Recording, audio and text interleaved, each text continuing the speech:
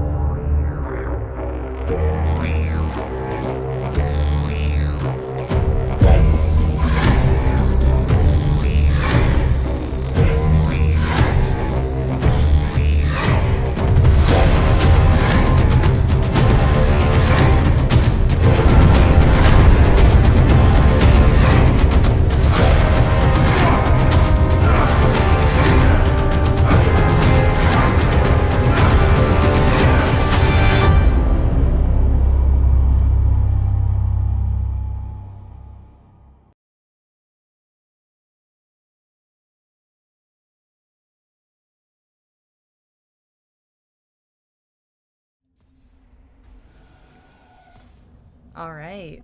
So, to start off, you all have recently inherited an abandoned mine on an asteroid far from where you usually work and live.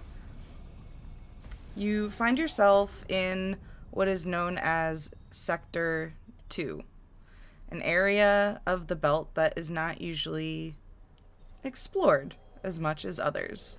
We are going to go ahead and go to Sector 2. It's called Dock Dorgrim. You find yourself here because your relative, Broker, has bequeathed to you the cursed mines of the Longbelt, a dilapidated settlement from House Grandrock. However, there have been rumors going around that this place was abandoned because there have been some sort of attacks. They don't know if it was other dwarves or something local to the asteroid. So you've all come here to claim what is rightfully yours and hopefully get it working and back up as a thriving mine and community. Upon landing, you did find that some of it was working. You have a working area called the farms over this, what is surprisingly thriving vegetation area. It says food court. There's like a big sign that's like kind of broken in half in the middle of food and court. But this place is doing really well for not having anyone to be tending to it. All the plants look extremely healthy. Next to the farms, we have an area known as the tavern. Over here, we have a sign that says cold subject. And that is like, it's like written in this very gothic font, very spiky. And inside the lighting of Cold Topic is all like very solid onyx black countertops. There's a lot of beer and stuff all like thrown on the ground in various areas, but there seem to be taps that are working. Something is keeping the drinks in here cold. And even though it is not a bustling area like maybe it once was, still functional.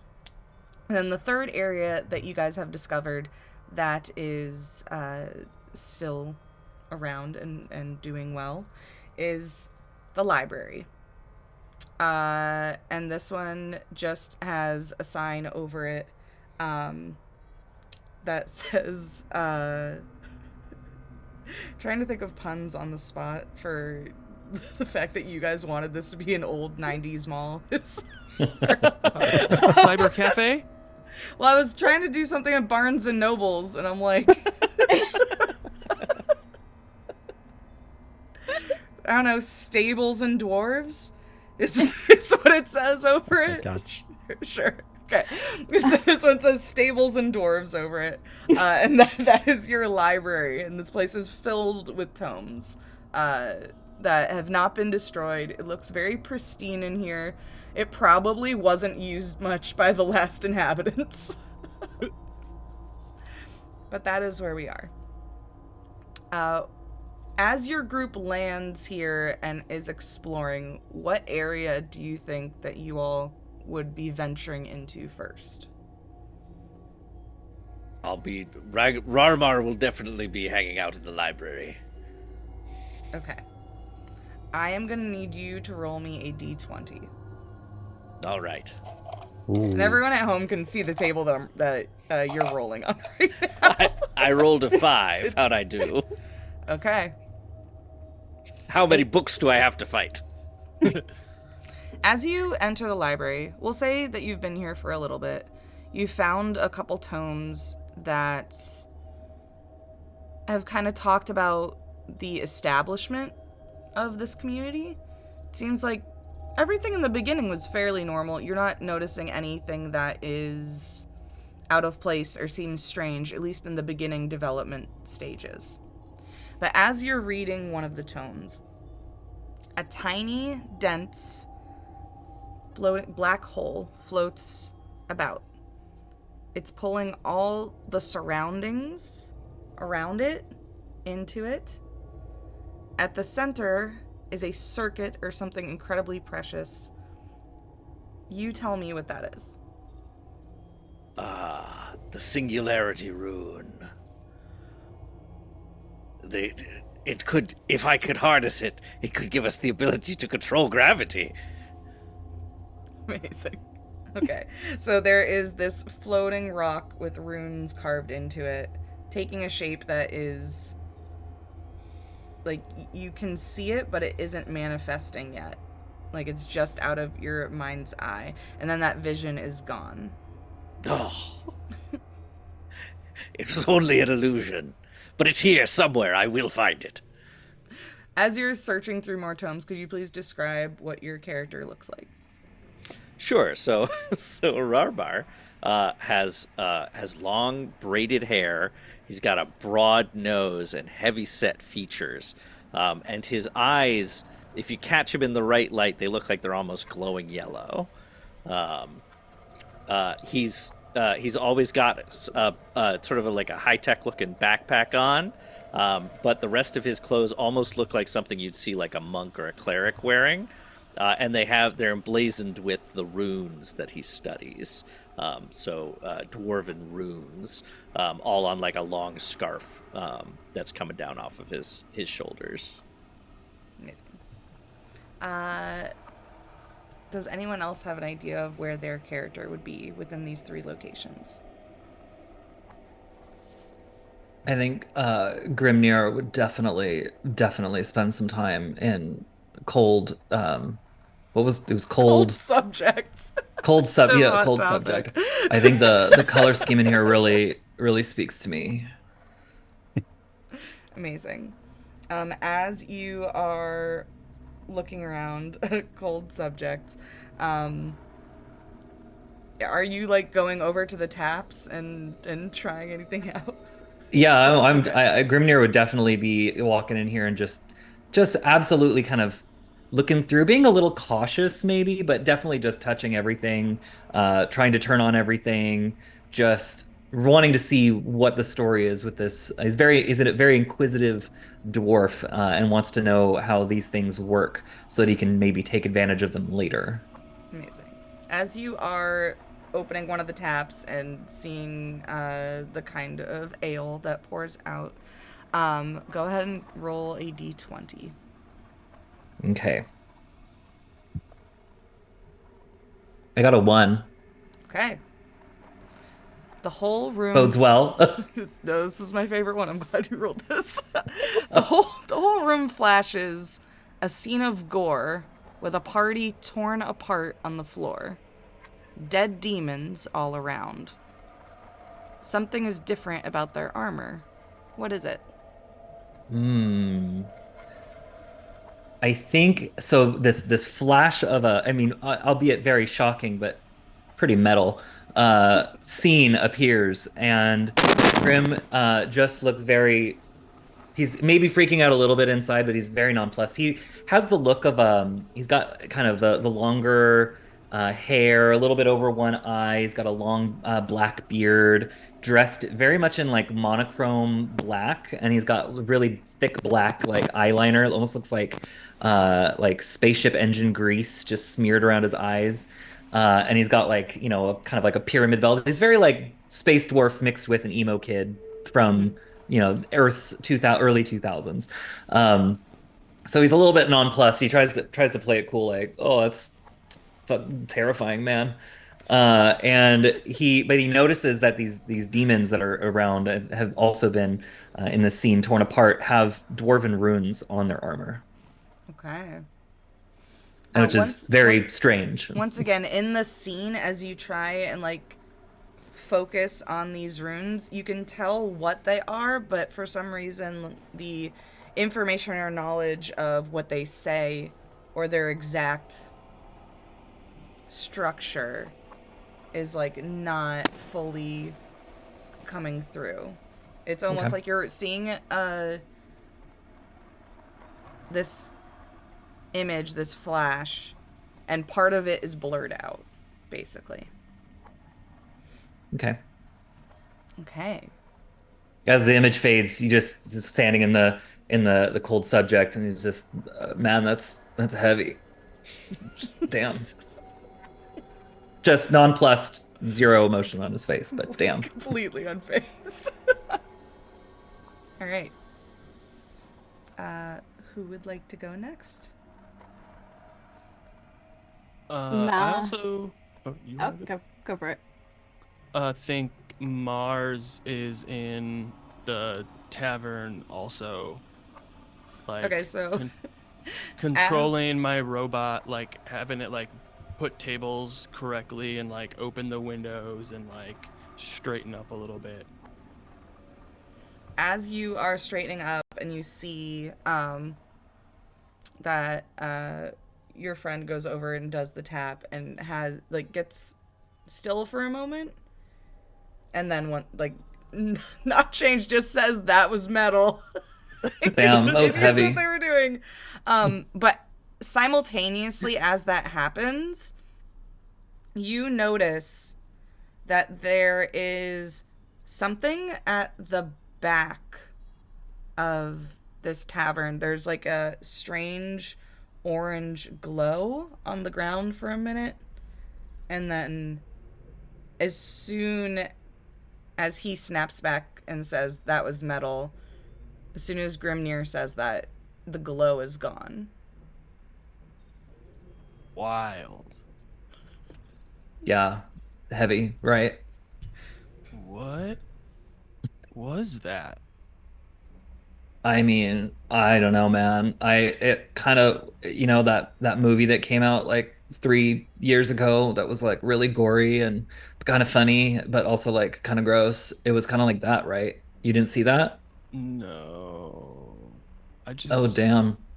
I saw like the floor was like glowing a little bit. Yeah, it was glowing with like blood and bodies, right? No. Hmm. But Got that some, does sound grab. We metal. got some weird stuff happening just like the last time. Yeah. Is there anything you want to do before we move on from here? Can I go check out where the light was coming from? Yeah, absolutely. You walk over there and you notice that there is kind of a hatch door that maybe leads to like some kind of basement here. Easy enough if you want to open it. It's not locked or anything. Yeah, I would definitely open it. Okay. Opening that up, you see crates down here. And that's really it. Like, it looks like a storage area. All right. Hey everyone, I think I found some storage. Should check this out later. All right. That's great, man. We love to store stuff. Maldor, where are you during all of this? I would like to investigate the food court, please. Okay.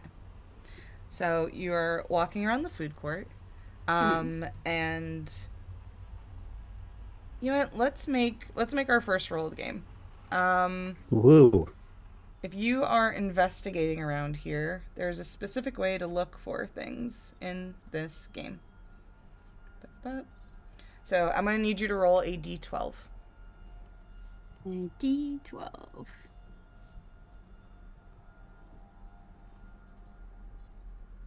A 3.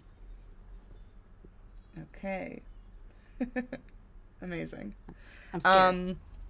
You're looking around, and so far, like, everything kind of just, like, looks like basic vegetables. Like, there's a row of corn, there is a row of squash, a couple pumpkins, and then past that, there's, like, wheat, and everything is very organized in lanes. And here in this, like, hydroponic growing situation, but as you look for something a little bit more useful or something special,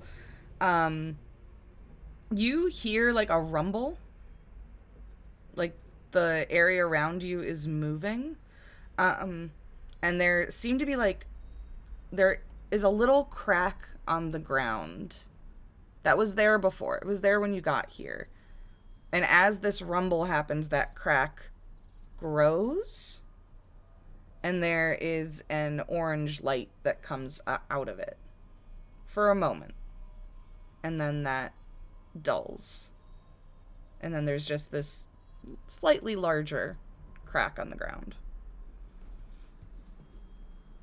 Does it continue growing, or is it now done being dramatic? After the, like, it was like a little bit of a tremor, and then it stopped. Yeah. Okay.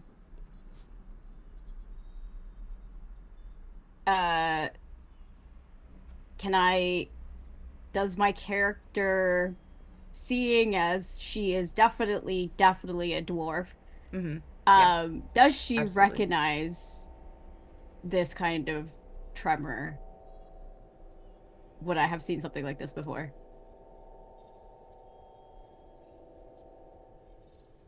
How much space exploration has your character done? I feel like because of her backstory and who she is and what she wants to spread in the name of capitalism, probably a lot.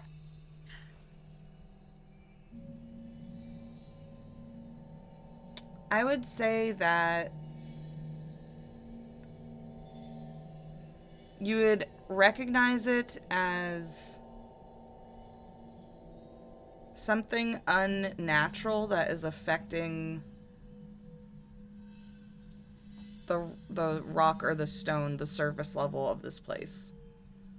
Like that crack and the light emanating up from it seems like an unnatural phenomenon with all of the like exploration you've done. Okay. So definitely bad vibes. Definitely not good vibes for sure. Good. Okay. Gonna make a note of that. And kind of don't know if anyone else can hear me at this point, but she's just gonna yell out, team, there's Yes. a crack. Yes. There's a large I'm here. crack. Large crack where? Yeah, we can At assume the that you guys food all court. have comms. I think that makes sense. Oh, okay, yeah. I'll I be think there in a moment. Dud is literally right behind you. We Yeah. must convene the Council of Dwarves. Meet at the food court immediately. Do you say something to, like, Yeah, just yes, hello. she will jump. Do. She'll jump and she'll turn around and go, "You've got to stop doing that, okay? Like, this is a high pressure situation, and I could have been doing something really important." That's why I was quiet. Yeah, but she just kind of stops, and then she goes, "Okay, Does go for it." does the Dud recognize this tremor at all, since he does explosives? That's such a great question. You know what? I think the Dud would recognize that there is a electrical hum that accompanied the crack. So while Maldor is able to discern that this is like something unnatural placed somewhere under the surface, the Dud can tell that it is very specifically something unnatural and electric, something created that is causing this disturbance. All right. Yeah, it's not natural. It's got this electric flow to it, like da da da da da do do da do do. Sort of like that. I believe I have a hypothesis as to the nature of the crack. Hello, I'm here. I've arrived. Hello. I, Rarbar Greydoom, have been researching this colony. While I was researching, I came upon a discovery. we may be close to the rune of the singularity. The rune that would give us control of the all matter. The ability to create anything from anything else. The ultimate goal of rune crafting and dwarf culture in general. As you are all keenly aware, I'm sure, being fellow learned dwarves. How are you guys on runes? Did you finish your runes in school? I never went to school. Right. Right you are. Great. Well, anyway, long story short, singularity rune, I think that's what we're dealing with.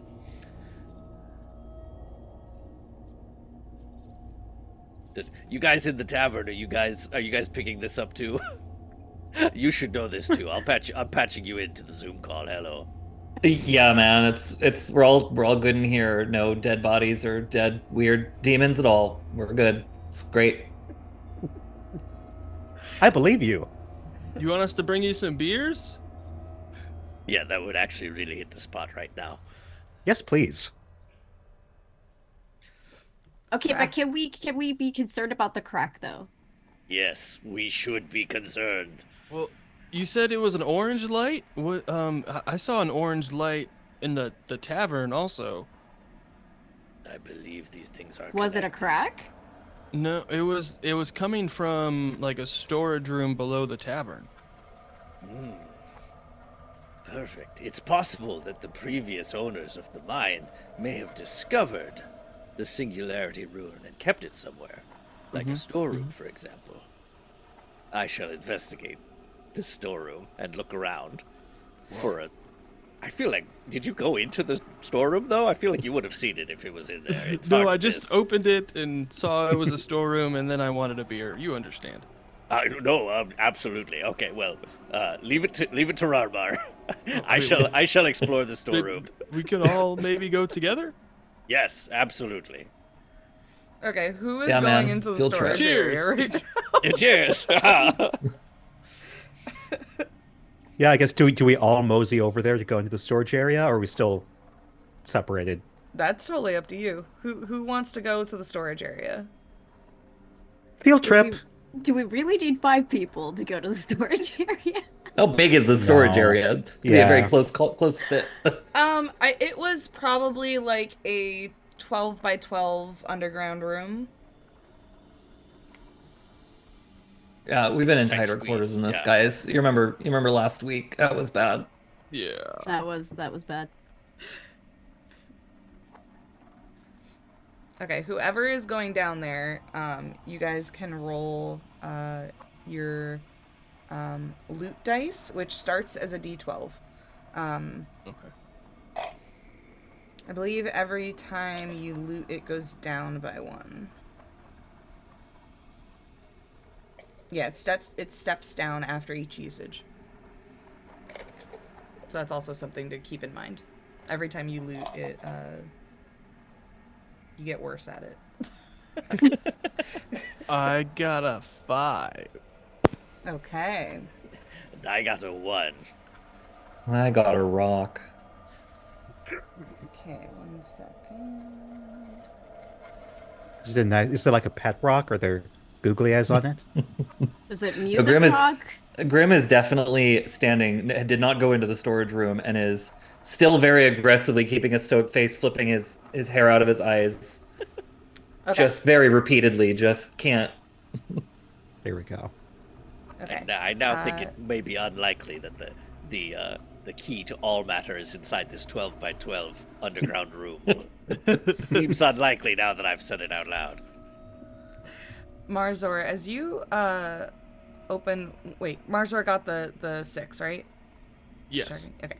As you open one of the crates, you see a couple stones in here. Once again, they all have runes on them that are sort of shifting or look blurred to your eye. And as you pick one up and kind of move around with it, you notice that as you move, sometimes it will glow orange in a different area of the rune that makes that section clear to you. It's that same orange color, Same orange color. and So so like it's like going around in like the shape of whatever rune it is, and I can see that part of it clearly as it moves around. yeah, but it's more like fixed. So like say you move to the left, you notice that the upper right quadrant of the room now like the rune, sorry, glows orange, and you can like see like a curve to it. And then you move in a different direction and you see like the bottom left of the All right, rune what if lights I up hold and it and then spin around really like spin around? at Foolproof some plan. point you're able to light up enough to get an understanding of the rune, but you're not able to get every single section of it in this moment.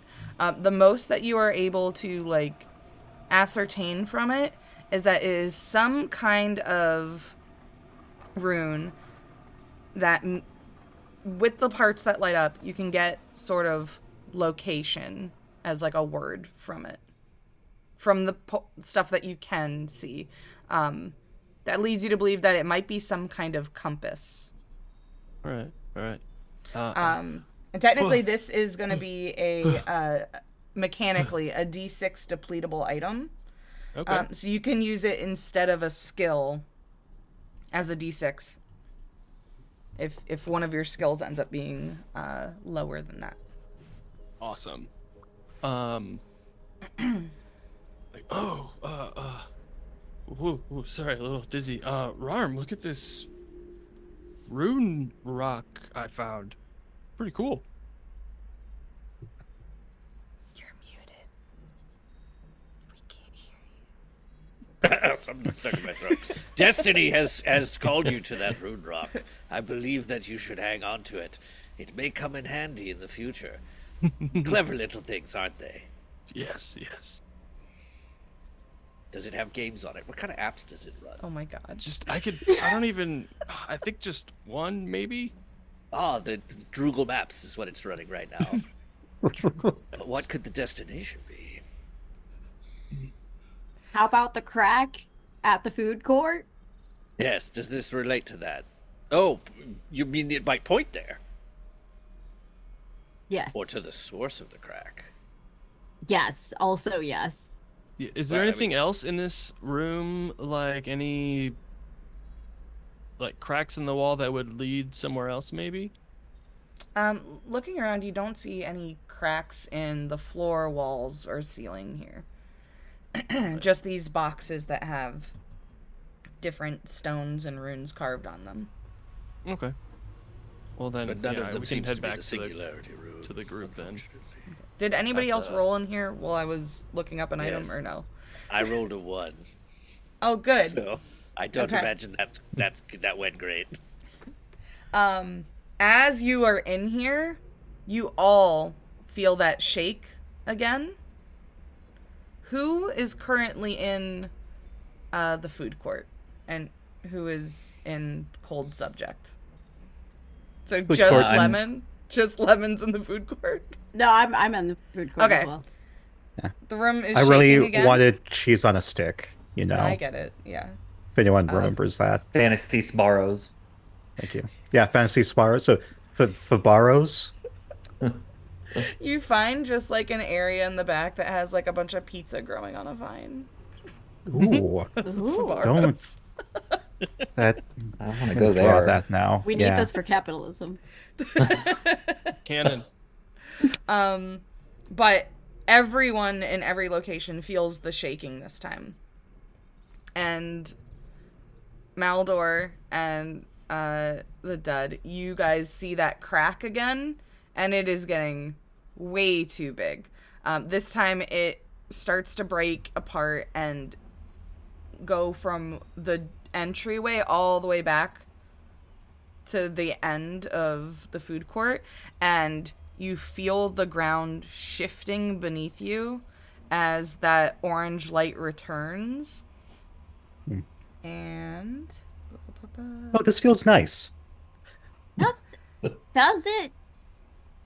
The crack gets big enough that you can kind of see down into it. Do either of you look? The dud does, since that's kind of what they were made for. Okay. Looking down into this crack, you see that it spans down at least 20 feet. And there is something like molten rock that is shifting beneath there, moving in a way that at first you think it's like a river of lava. And then as like you look closer, all of a sudden there is this bright red eye staring up at you. And then it's gone. Oh, And the crack what a lovely color eyeball. lessens its color and goes back to like being like just solid darkness below. What do you mean eyeball? There was an eyeball. Oh, sorry. You were asking. Oh, yeah, I wasn't sure that was in character. Not sorry. No, that was definitely you. Oh, okay. Okay, yeah. It was an eyeball. It was a very lovely eyeball. It was just there. Like one singular eyeball. Well, yes. And lots of orange. Like a nice autumnal orange. I don't know, was it a nice autumnal orange? Yeah, sure. Yeah, it was a nice autumnal orange. It was quite lovely. I think I'd look good in it personally. Right. Hmm. Maldor's gonna just like stare at the dud, just confused, Here, and then go let and me sketch it for you. and go and see it herself, because she's not quite sure what to make of this information. That there's an autumnal orange eyeball at the bottom of the crack. Looking back like down into the crack now, it's just pitch black darkness.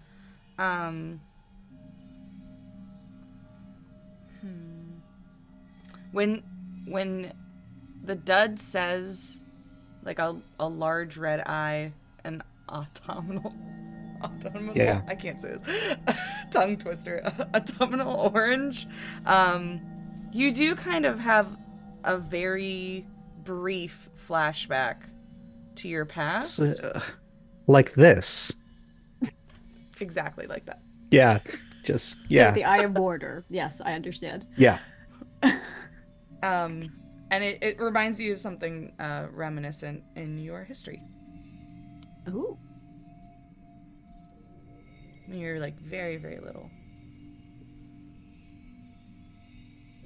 Mine or the Yours, yeah. Mine. Maldor's history. Oh. Okay. What does it remind me of? Like your parents. My very dwarf parents? Yes, or your my, very dwarf parents. or my other parents?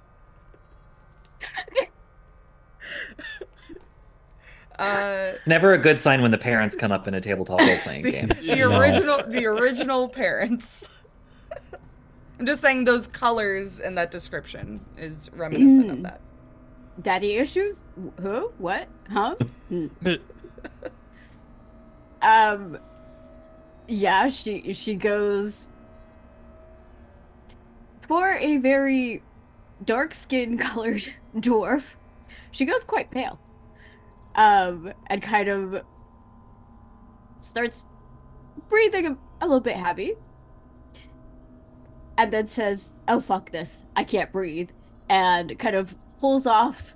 I don't think I even described my character, so this is going to be less go ahead and dramatic. describe. Less Maldor. dramatic.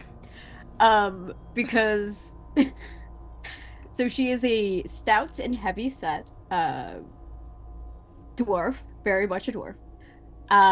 With a pierced nose, kind of deep, dark eyes, a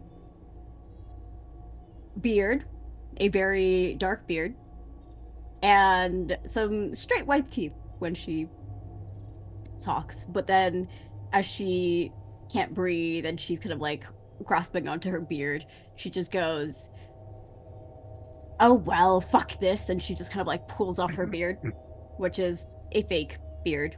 Mhm. Because she is in fact Mood. not a dwarf, and she's very uncomfortable about the fact that she's not a dwarf. Big reveal. She is actually a demon raised among dwarves. What? Gasp. Do I see you take off your beard? Do I Yeah. register this at all? Do I care?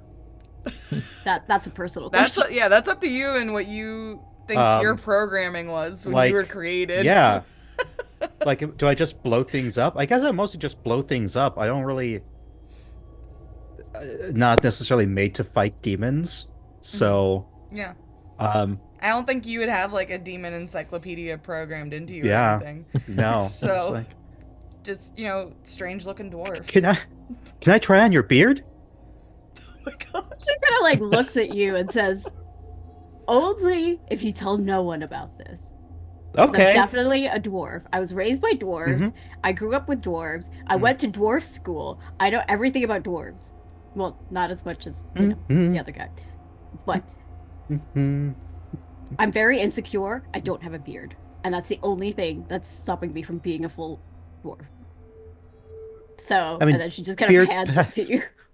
Beard pattern baldness is actually, it's not that common in dwarves, but it's nothing to be ashamed of. Kind of looks at you with squinted eyes and hands you. I don't like this. I don't like this. You can have it back. Thank you. I love this. Da-da. Did you see the eye? I did not. I. I did not. But it does remind me of my parents. Oh? And I can't say why. Okay. Just the color. Hmm. The Autumnal. autumnal orange Yes.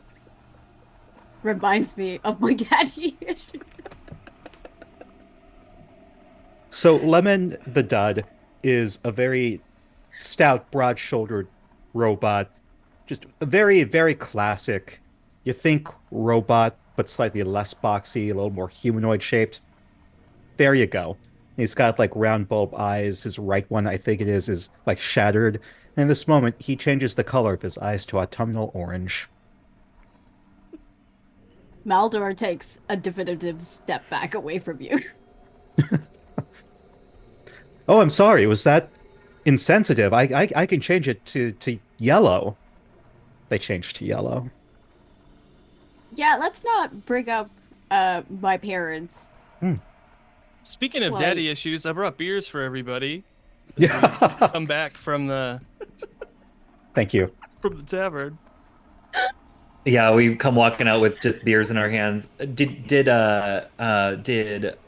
oh my gosh, I'm forgetting names already, and I'm waiting for the stream names to change back. Mood. Maldor, did you put your beard back on before anybody came back Yeah, out? Of is the, everyone of the... seeing you without your beard, or did you put the beard Well, back that on depends on when it's if you handed? snuck in, because she has no idea she's in a conversation, so she would not have put it on yet. But did she hear you coming? Were you guys trying to I be don't know that we were quiet? sneaking. No, I think we were just walking up. Okay, so then you would have heard them walking up. Okay, then she would have probably put the beard back on. Yeah. Okay. Definitely So a you dwarf. all walk in as Maldor is kind of, futzing with their beard, but that's, I mean, you guys do that all the time. Gotta do that beard maintenance. And yeah, everything looks normal in here except for the crack in the floor, way bigger than the first time you saw it. I didn't think we were gonna have to do renovation in here. I thought we were getting like a turnkey operation. Seems like this place is less stable than we were led to believe. Yeah, there's also looks at the dud, an eyeball that is autumnal orange. Are you Yes. sure? Autumnal orange. Yes. My It's my God. favorite color now. It could. It could only be the enemy working against us, trying to get to the singularity rune before we do. If the Yes. demons claim the power of all matter before dwarf kind does, we could be wiped off the face of the belt. Singularity. Yes, you understand. Yes. We should definitely investigate the crack, yes? Hmm. And shoot whatever's down there. And as she says so, she picks up this like big gun that she has. And she's like, we have to bring capitalism to whatever's down there.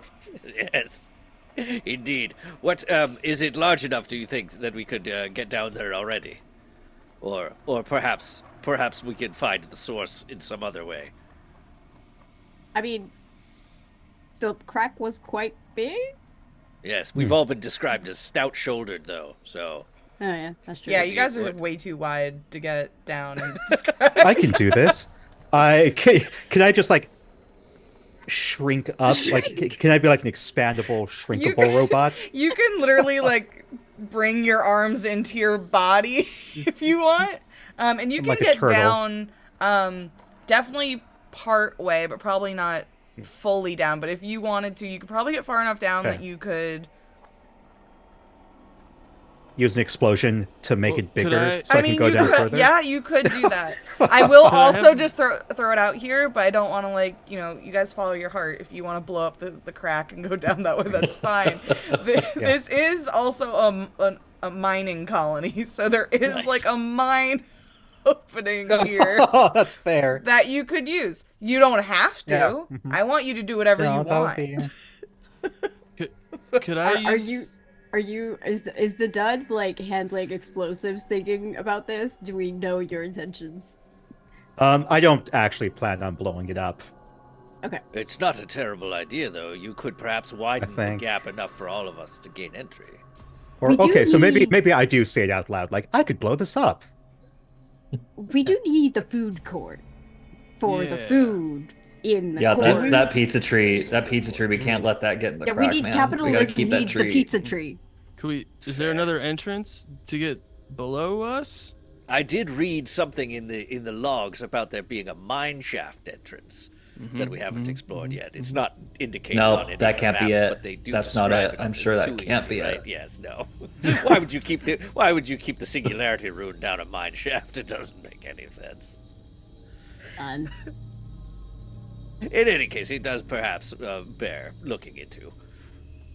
I'll see if I can uncover the location of the mine shaft entrance. We're just gonna get on Droogle real quick and see if there's anything in there about it.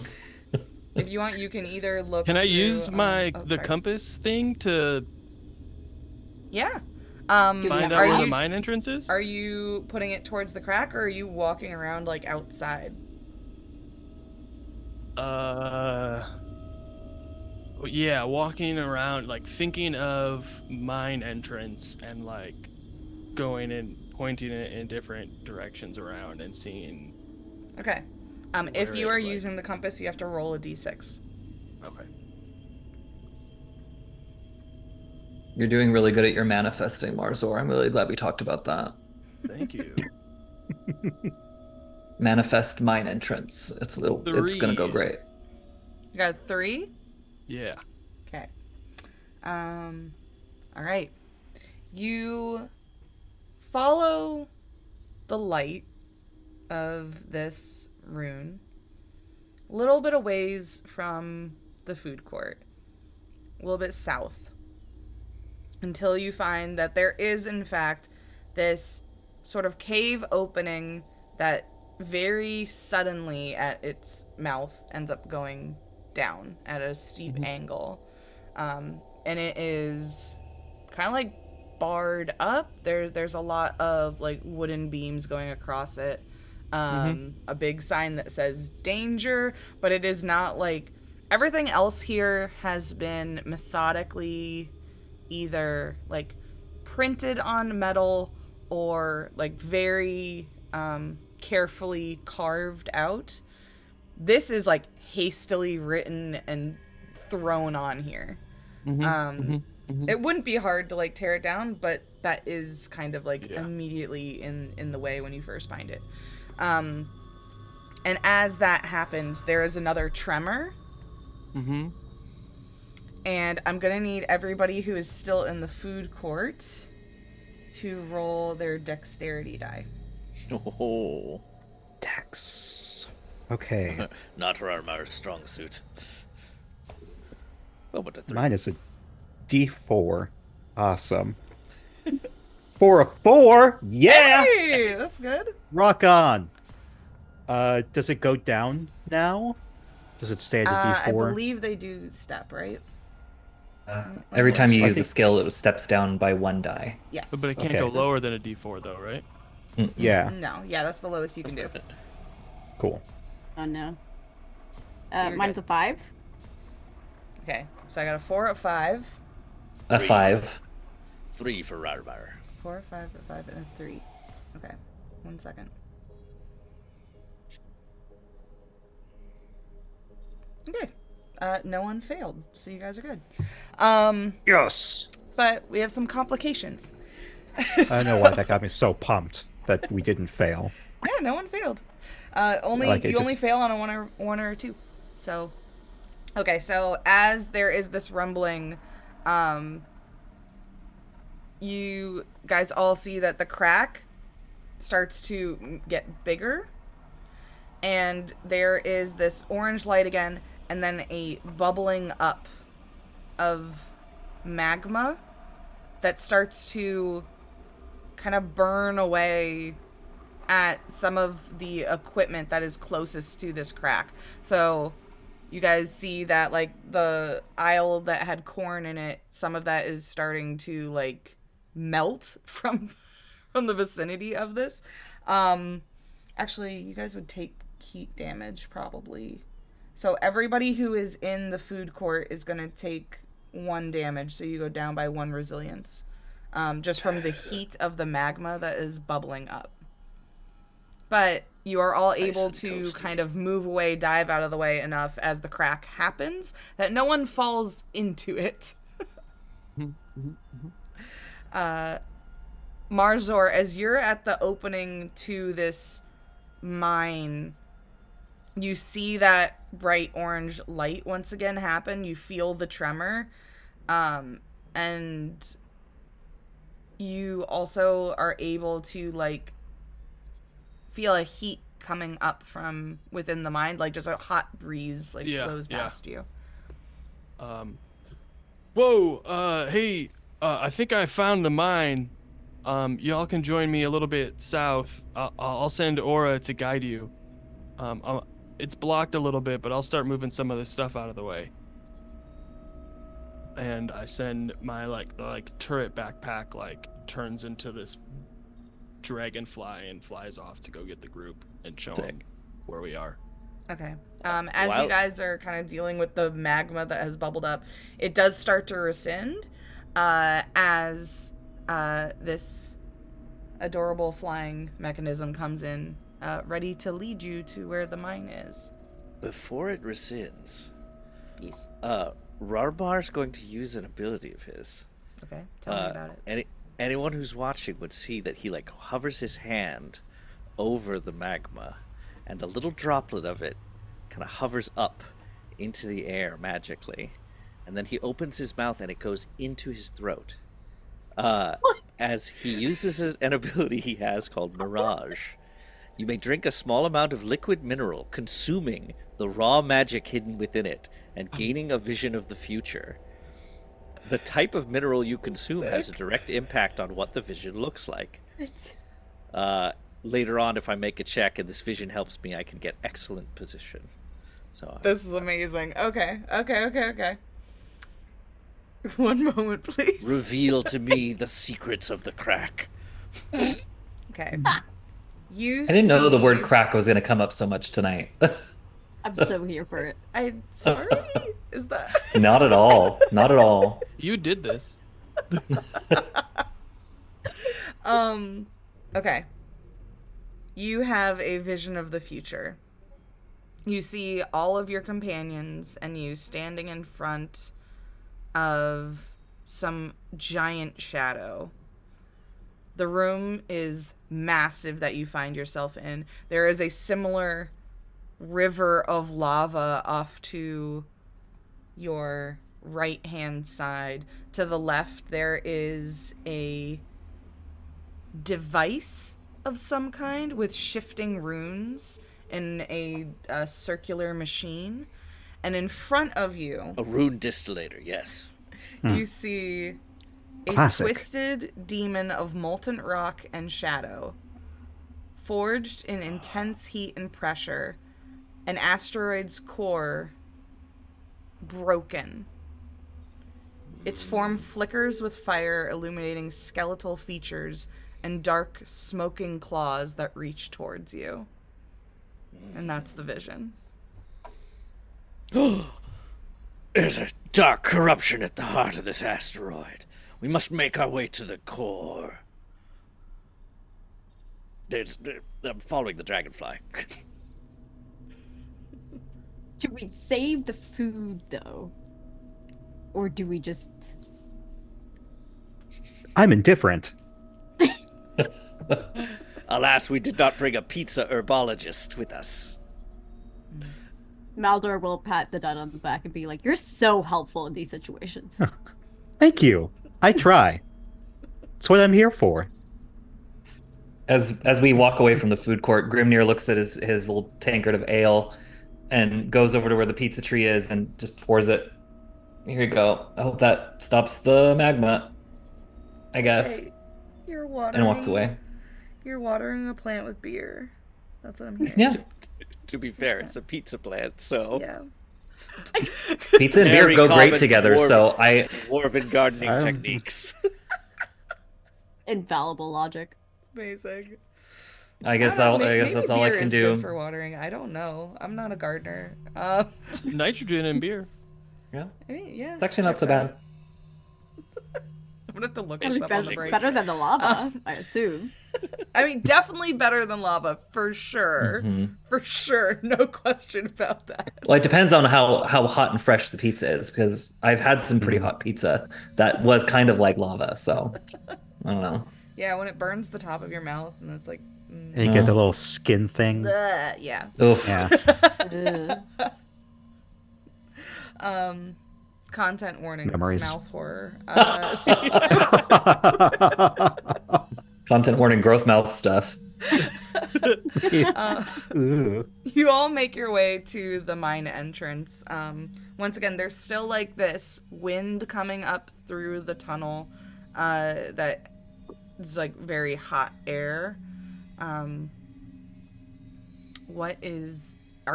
First of all, is everybody entering? And if so, what order are we going in? I'll probably be going first. Okay. I'll be going second because I will be using a ability to help us navigate the mines. Ooh. Okay. I'll be third. Fancy. I'll bring up the rear. Yeah, I can go last or second last. Okay. So as the Dud and Grimnir go first, what is the ability you're using to help you navigate the mines?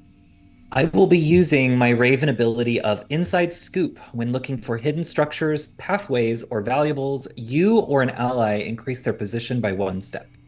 Nice. Okay. So I can roll it one better step. Amazing. So then you can roll your willpower at 1 step higher as you navigate. All right. It's going to be a D10 because I have a D8 in willpower. Nice. Nice. And that's a 1. Okay. Nice. Okay. Yeah. Classic. You all come to your first crossroads down here. There are 4 different tunnels that you can take in front of you, and you take the leftmost one because Grimnir is very sure that that is the tunnel that you should take. Yeah, I like to imagine that you can even like feel the hot air and the orange, the autumnal orange glow from the right hand tunnel, and just Grim is just like, no, guys, sorry, I know that seems like the way we should go, but I'm telling you, it's this way. It's like maybe the most emotion you've seen out of him. He's very sure that this is the way to go. I trust you. That's great. I'm very trustable.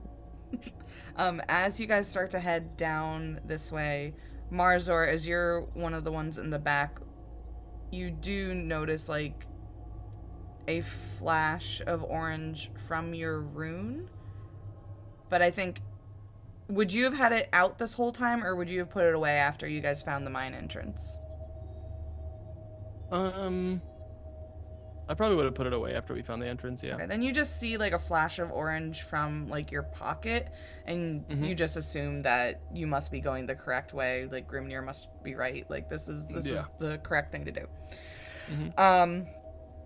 As you guys start walking through here, you probably go another 15 minutes straight until you get to an area that has a very steep drop off and like a large kind of just hole that goes straight down, pitch black beneath you.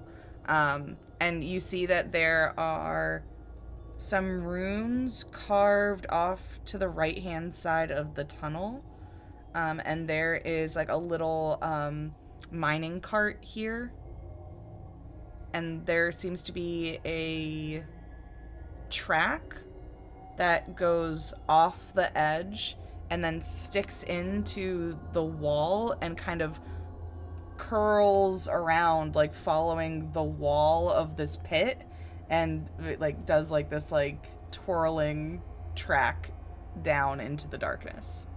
I can only imagine that this is going to end great. It looks super fun. I'm going to read these runes real quick before we get in that, though. What do the runes say? Looking over at the runes, you study them for a moment, and you're able to pick up that it simply just kind of says like directions on it. It just says the deep this way, and then points back the other way for archives and for like a phrase that you don't fully know. It's more like a name. Proper noun. Phonetic, it's not important. Sounding it out, it kind of translates to like hunger, but spelled weird. Hingar. I'll take an etching of the rune real quick. Okay. Just get that in my book. What do those runes say, Rarmar? Do they say that Grimnir was right and we're in the right spot? Because Yes, we're totally actually. in the right spot. As a matter of fact, yes. This cart will take us to the deep, which presumably is closer to the core. In the other direction would have been the archives, which I'm super interested in, but we don't have time. We have to get down there as soon Boring. as Archives possible. mean more books. Yes. But we already have a library. It's a little redundant to the story at this point. Onward to the deep, I say. Okay, are you guys getting in this cart and going on the track? Yes. Do we Absolutely. trust the cart? No. Not at all. I'm not a mechanical engineer, so I wouldn't be able to opine. Could I take actually speaking of that, could I take a look at it? I'm Yeah. good with mechanical things. If you have an ability that will help you, let me know, but otherwise it's just gonna be I believe it is Let me a see willpower something check. once.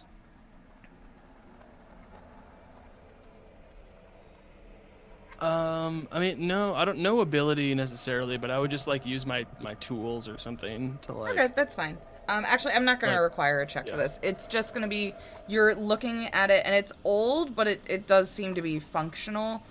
Mhm. You can't tell about the entire track, because that goes Totally. pretty damn far away Yeah. from you. Yeah. But this cart seems to be perfectly fine working Does it condition. look like it'll fit all of us? If the dud pulls his arms and legs in, and maybe somebody carries him, then yes. Okay. Oh. Yeah, I like kick the wheel and like, yeah, I think it'll be fine. Good enough for All me. right, come on, Dud, piggyback. Just like that we had to do at that space station last week. Come, hop on. Can, yeah, and then can I position the like my turret robot on the front to act as like a light? Yes, you absolutely can. You attach Love that on that. there, and it does brighten up the way.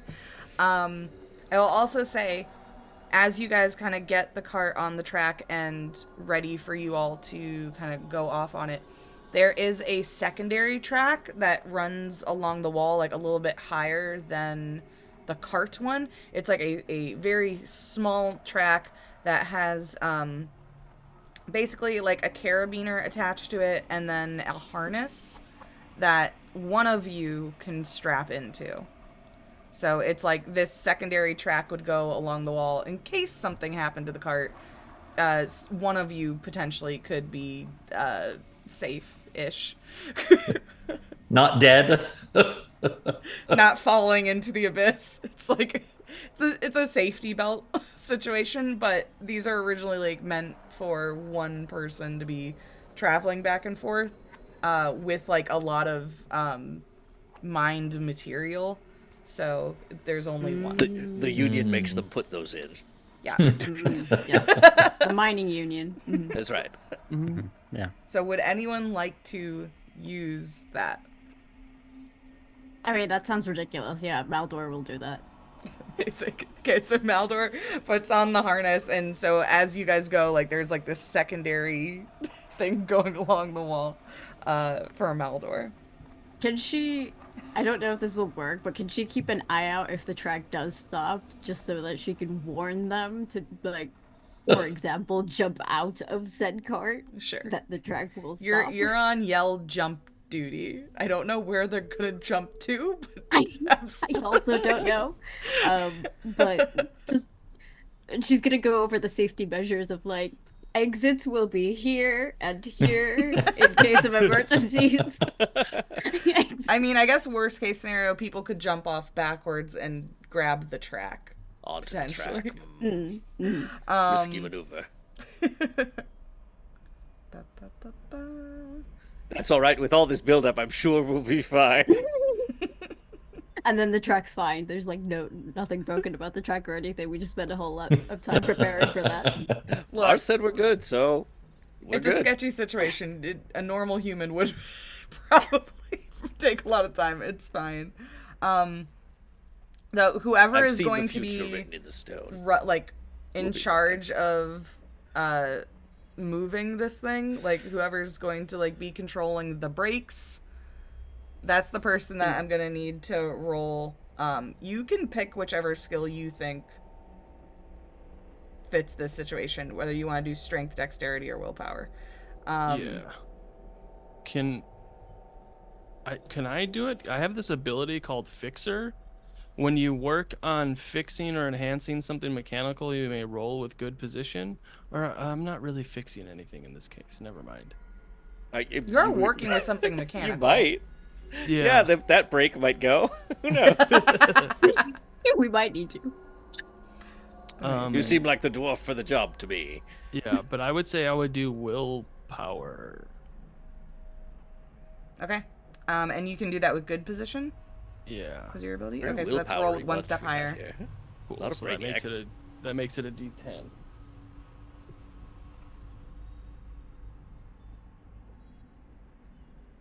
Four. Okay. Okay. You guys all start heading down into this mine. 1 second.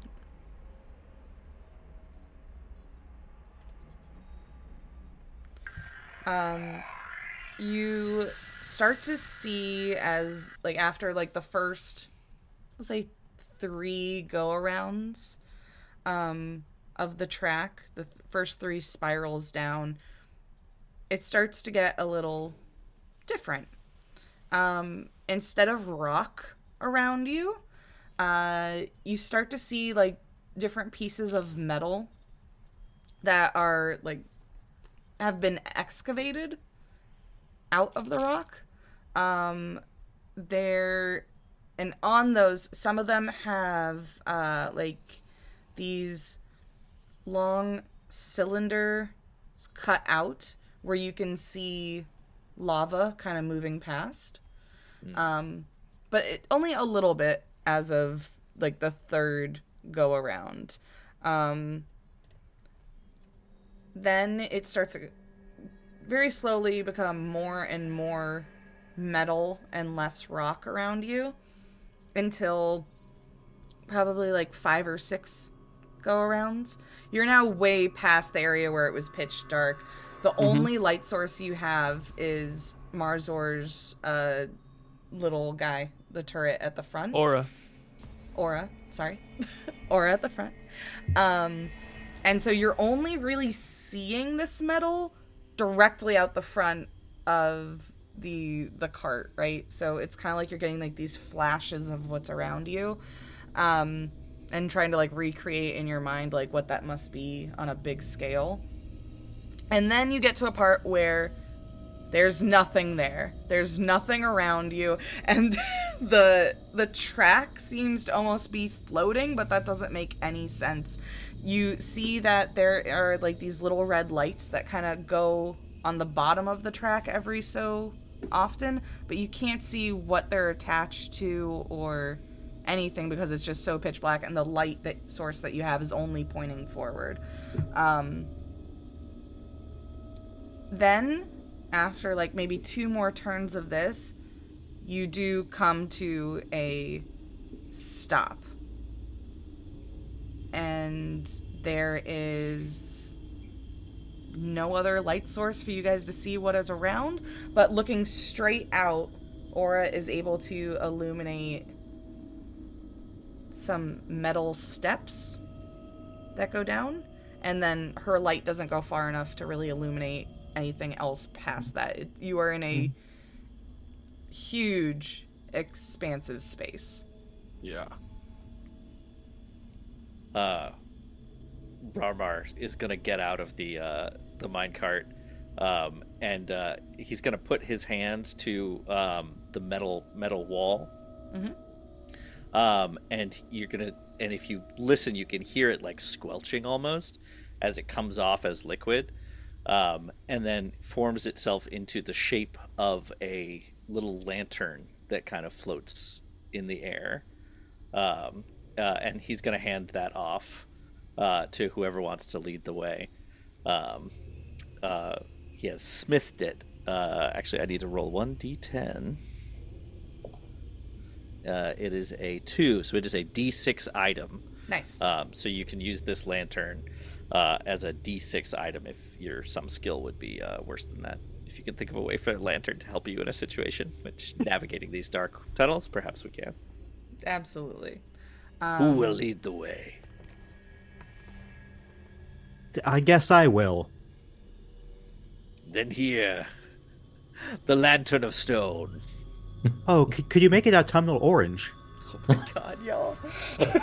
He snaps his fingers and it is so. Nice. We're just really selling the one color in the Stoneburner PDF that's available. It's branding. Hello. That's dwarf vision. Everything's yellow We're or orange. so dedicated to the branding of this game. We're very good Capitalism. at branding. Listen, Why it's do you think we capitalism. love We gotta be on with the branding. Yeah. Very important. Amazing. And make those dollars, Exactly. which are also Okay. autumnal orange. Right, yeah, Those Like pizza Monopoly trees money. don't grow themselves. Yeah. It's true. that's right. All right. I Well, want pizza so bad. As you guys get out of the cart and go to make your first steps into this area, we're gonna go ahead and take our break. we'll be right back with Spooky whatever the hell's cliffhanger. going on here. Whoa.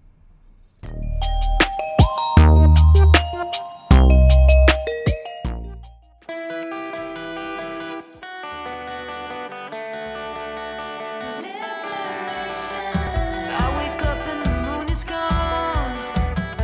What's the reason? I get dressed and I ask the sun.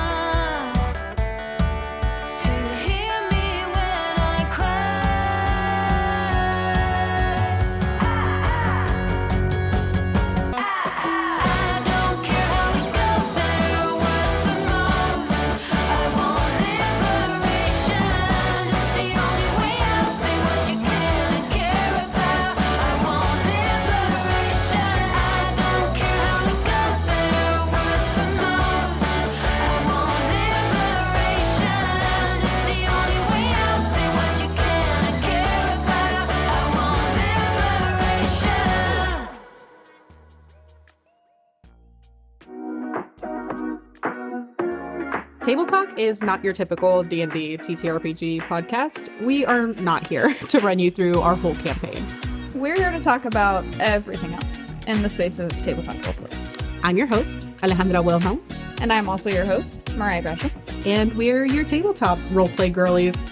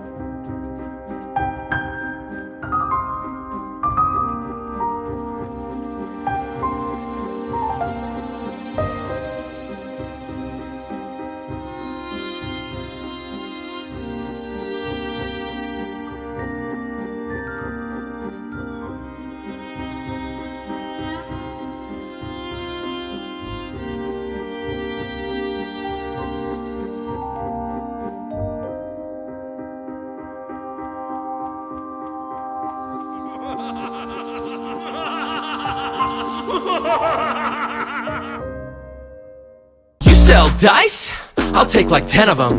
My budget's set to $50,000, but that is dwindling. Each booth I hit, $200 is a minimum. Bag isn't empty, filled with games, I'm never playing them. I must be Jenny D, all the brand deals that I'm rolling in. You can call me Dr. Meeple, cause I got many men invested in this hobby. Next con, you know I will attend. VIP access badge, cause I influence me. Go cast wish. You could never ever rock a con like this. Crit like me. Go cast wish. You could never ever ever ever rock a con like this.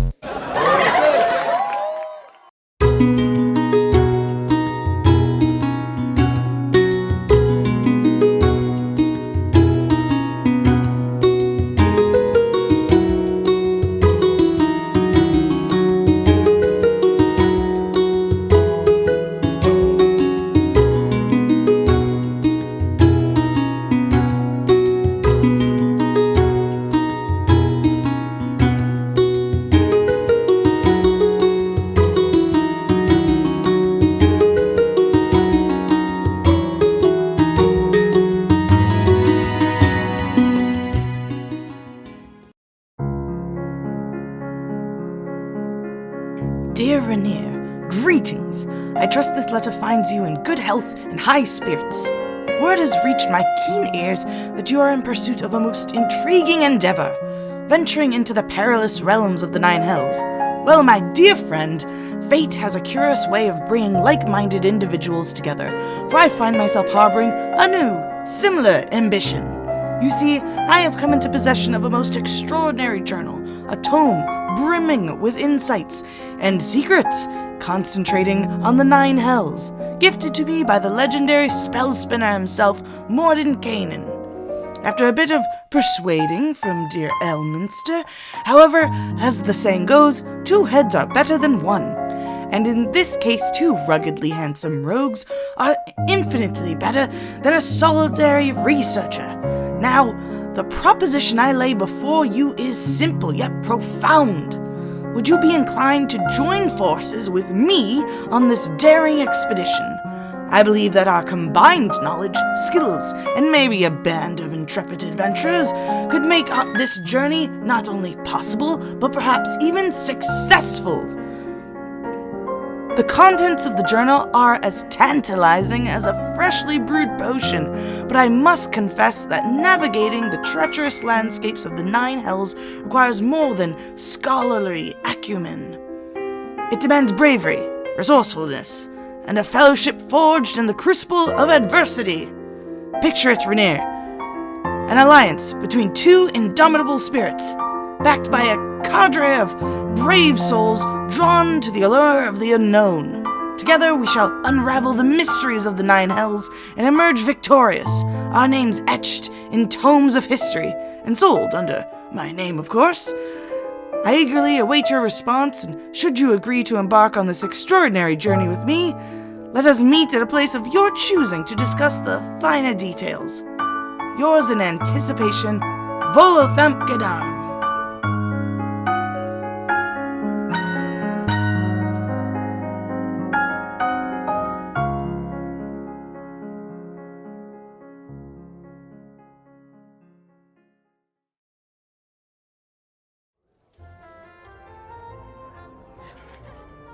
My dearest Volo, long has it been since I've had the pleasure of your letters.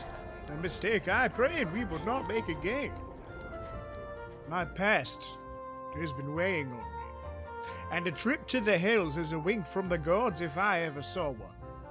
Of course, I'll agree to nothing I don't hear proposed with your own tongue, Volo. Traversing a landscape of contracts and legal pitfalls with a man so eager to sign his name on anything that's offered. That sounds like a crackerjack riot to me. I've recently partnered with 2 agents that shadow me in my adventures. One is a paladin with a capital D, likes to spit in the face of kings but is also stiff for the rulers. The other is much more dangerous, for she has sway with whomever she meets, and I cannot help but swim in the silver pools of her influence. They should be perfectly suited for going to hell. A place of my choosing. If left to my druthers, I shall always be of a mind to suggest our old haunt. Meet me in the dark vault of Waterdeep, seated in our corner of the Skewered Dragon. Drinks are on you, Renee.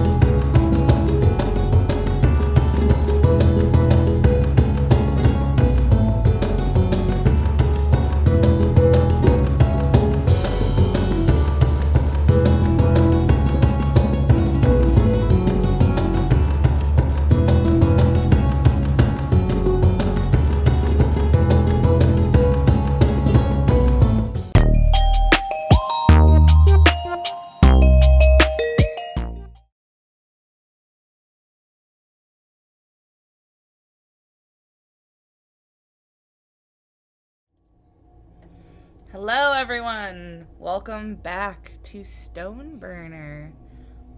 There have been some complications at the asteroid community that was inherited by our set of dwarves here. They noticed a large crack in their farming facility, and there was some kind of autumnal orange creature beneath, and an orange light that emanated from it.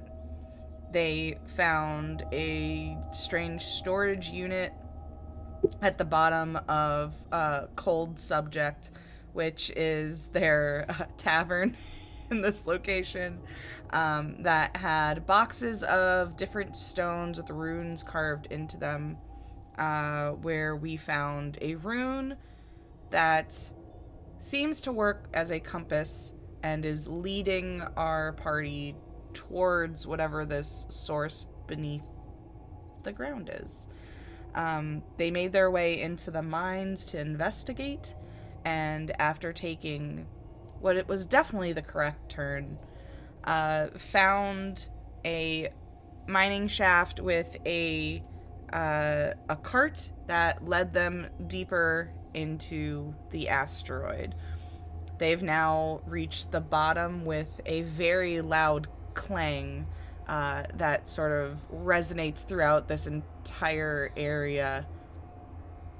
Rarmar had made a lantern to help guide them because it is pitch black down here, and Aura's light can only do so much. Who is leading the charge into the pitch dark depths? The dud is. All right. Are you taking the lantern that Rarmar made? Yes. Okay. Then go ahead, and we're going to say this is a willpower roll. Okay. Go ahead and do that.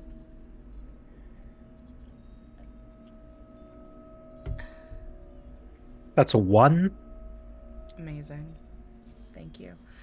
As you all kind of make your way forward, Lemon, you see that there is a couple different ways you could go. There's like these metal steps that kind of go up, and there is like a carved out path that goes off to the right, but off to the left there's like footprints, and you decide to follow the footprints because that must be where you're supposed to walk, because people walked that way. Surely.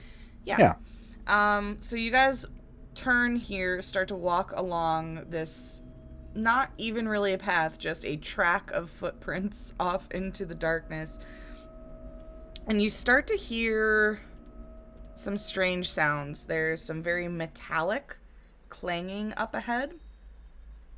There are also like low chittering sounds, kind of like Ooh. bugs or something. And it's getting louder the more you go this way.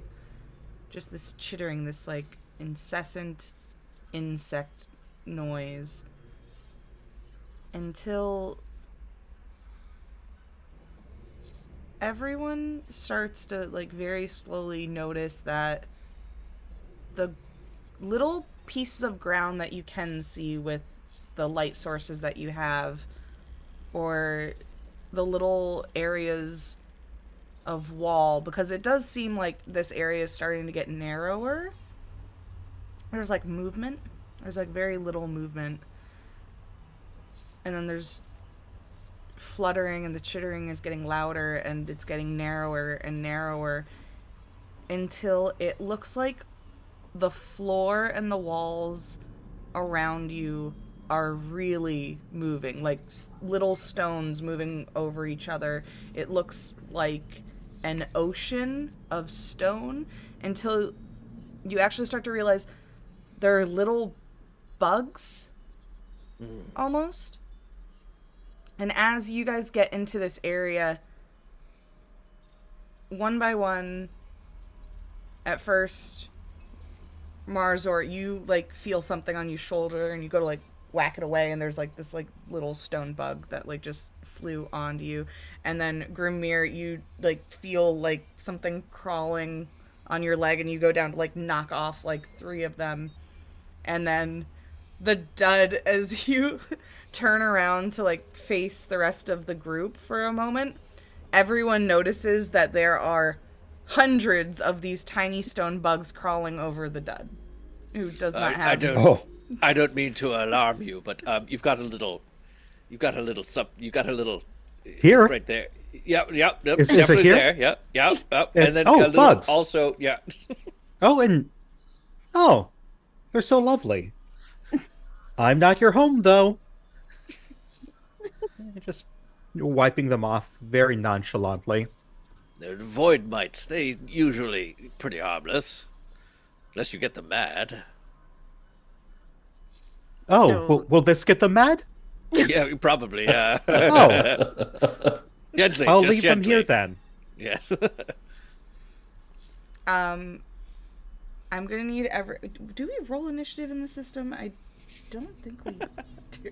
Sorry, it's the first time I've played it. Everyone, begin combat. I mean, I'm going to. I guess you don't have to. I'm gonna roll. There's 5 of you, so I'm just rolling it. I'm gonna roll a d6. 1 second. Oh, Hey everyone, thank you raiders. We are playing Stoneburner, Dwarves in Space, and these guys have made it to the bottom of some mining shaft, and are covered in these strange stone-like bugs currently, who are going to be attacking. Void bites, they're usually harmless. Until you piss them off. Grimnir, you feel like a sharp bite onto your shoulder as one of these bugs bites and then starts to dig and bury into your skin. Go ahead and take 2 resilience damage. That's really metal, but I don't like it.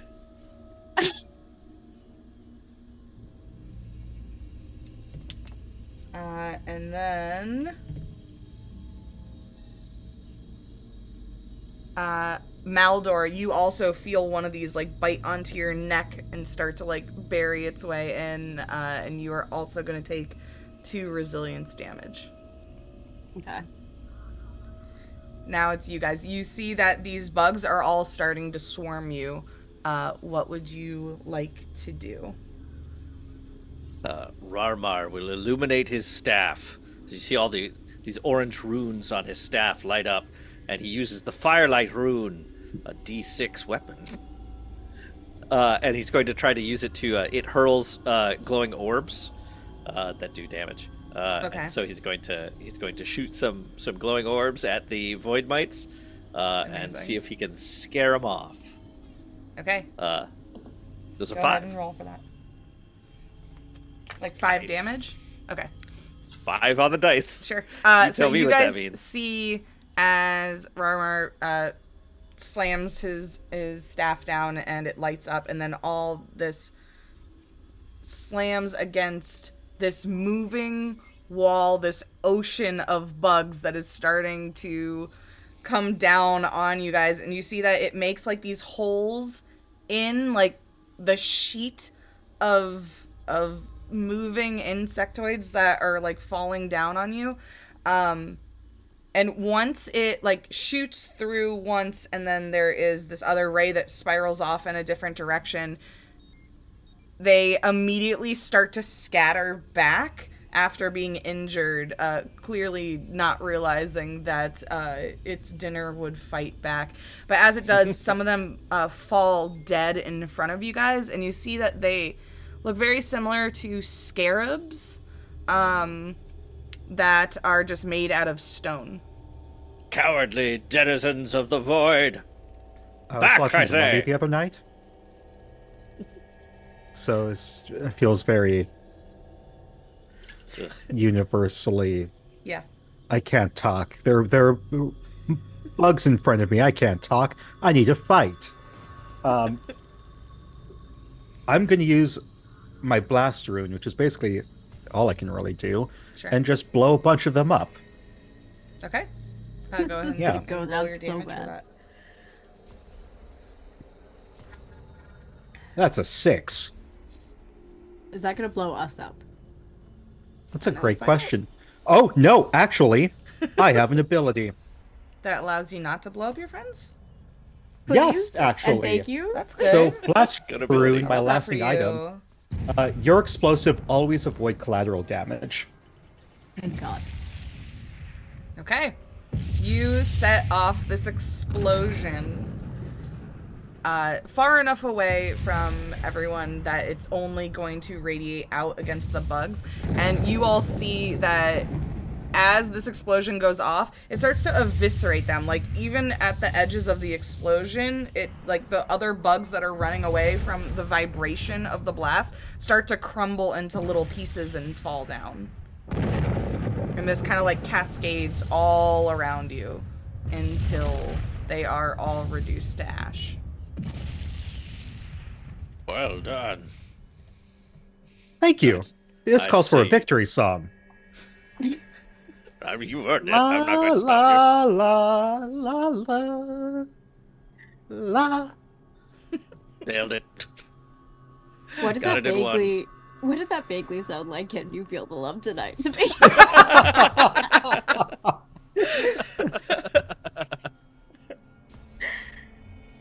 I'll gather up some of the discarded scarab corpses if any of them are still around. They Yeah, look absolutely. cool. You can pick them up. Some of them are like literally powder, but the first ones that you killed are still pretty solid. You can pick those up if you want like a specimen to look at later. You also now realize that you've come to a dead end. Like these things were all kind of covering this area, and there isn't really anywhere else to go from here. This direction. But we followed footprints here. Do they go into the sheer rock, or The perhaps footprints were they food disappear. for the scarabs? Oh, disappeared. Did they turn into the scarabs? Yes, perhaps. Well, through the power of all matter, anything is possible. We should turn back. However, there was another passage, wasn't there? Yeah, there Before were we like followed the tracks. stairs. And There were then metal something stairs else. that went up, and then there was like a carved out actual trail off to the right. Would we like to climb stairs or take the trail? Well, the stairs must return to where we left our cart. Yes, so at the trail it is, I think. No, sorry. To explain, when you guys had gotten to the bottom of the other set of stairs that led from the cart, there was a secondary set of stairs going forward, and then a trail off to the right, and then a footpath off to the left. So there. Did the stairs there are go other down? stairs. No, they had gone up. Further up. Well, I'll leave it to the group, I suppose. I have no I mean, particular. can I'd like to we- go deeper, but Can we send the flying thing to investigate one of them? I could. Yeah, I could send Aura to take a look quickly down Just the maybe- tunnel. Maybe the stairs, just to see if it goes Or somewhere, if it the goes stairs, up or too. something. Yeah, I could have her do that. Can I have her do that? Yeah, absolutely. So you want Aura to go up the stairs? And it's like I can make a check with her. I have like one of the last seen items is her doing stuff as a drone. Okay. Yeah, then go ahead and make a check with her for investigating this area. 4. Okay. Can you see what Aura sees? Like, do you have like a display screen or something for her? No, I cannot see what she sees. Okay. What is your method of like? But I think she could like probably communicate to me like a little R2D2-esque maybe. Like when she gets back, or you have like a comm? Like when she gets back. Okay. Aura is gone for a while. During this time, do you guys want to go on the other path, or are you staying here at the bottom of the stairs until she gets back? I say let the robot do what the robot will do. I would wait. Okay. Equally. As that happens, you guys see that bright yellow light coming from the area where the path off to the right goes, and you feel a Trevor in the cavern. Trevor? Tremor. God damn it, it's Trevor again. Fucking Damn it, Trevor. Trevor shows Almost as up. bad as Todd. No, there's a tremor in the cavern, and as that happens, I'm gonna need everybody to make dexterity checks as massive rocks start to fall from above. I rolled a 2. What are we rolling? A dex? Dex. Your dexterity. Got a 5. And then I step this die down, right? Yes. Yeah. I rolled a 1. I Love to hear it. rolled. Also, no, I rolled a 4. Heck yes. The D4s love me because of triangle agency. Ooh.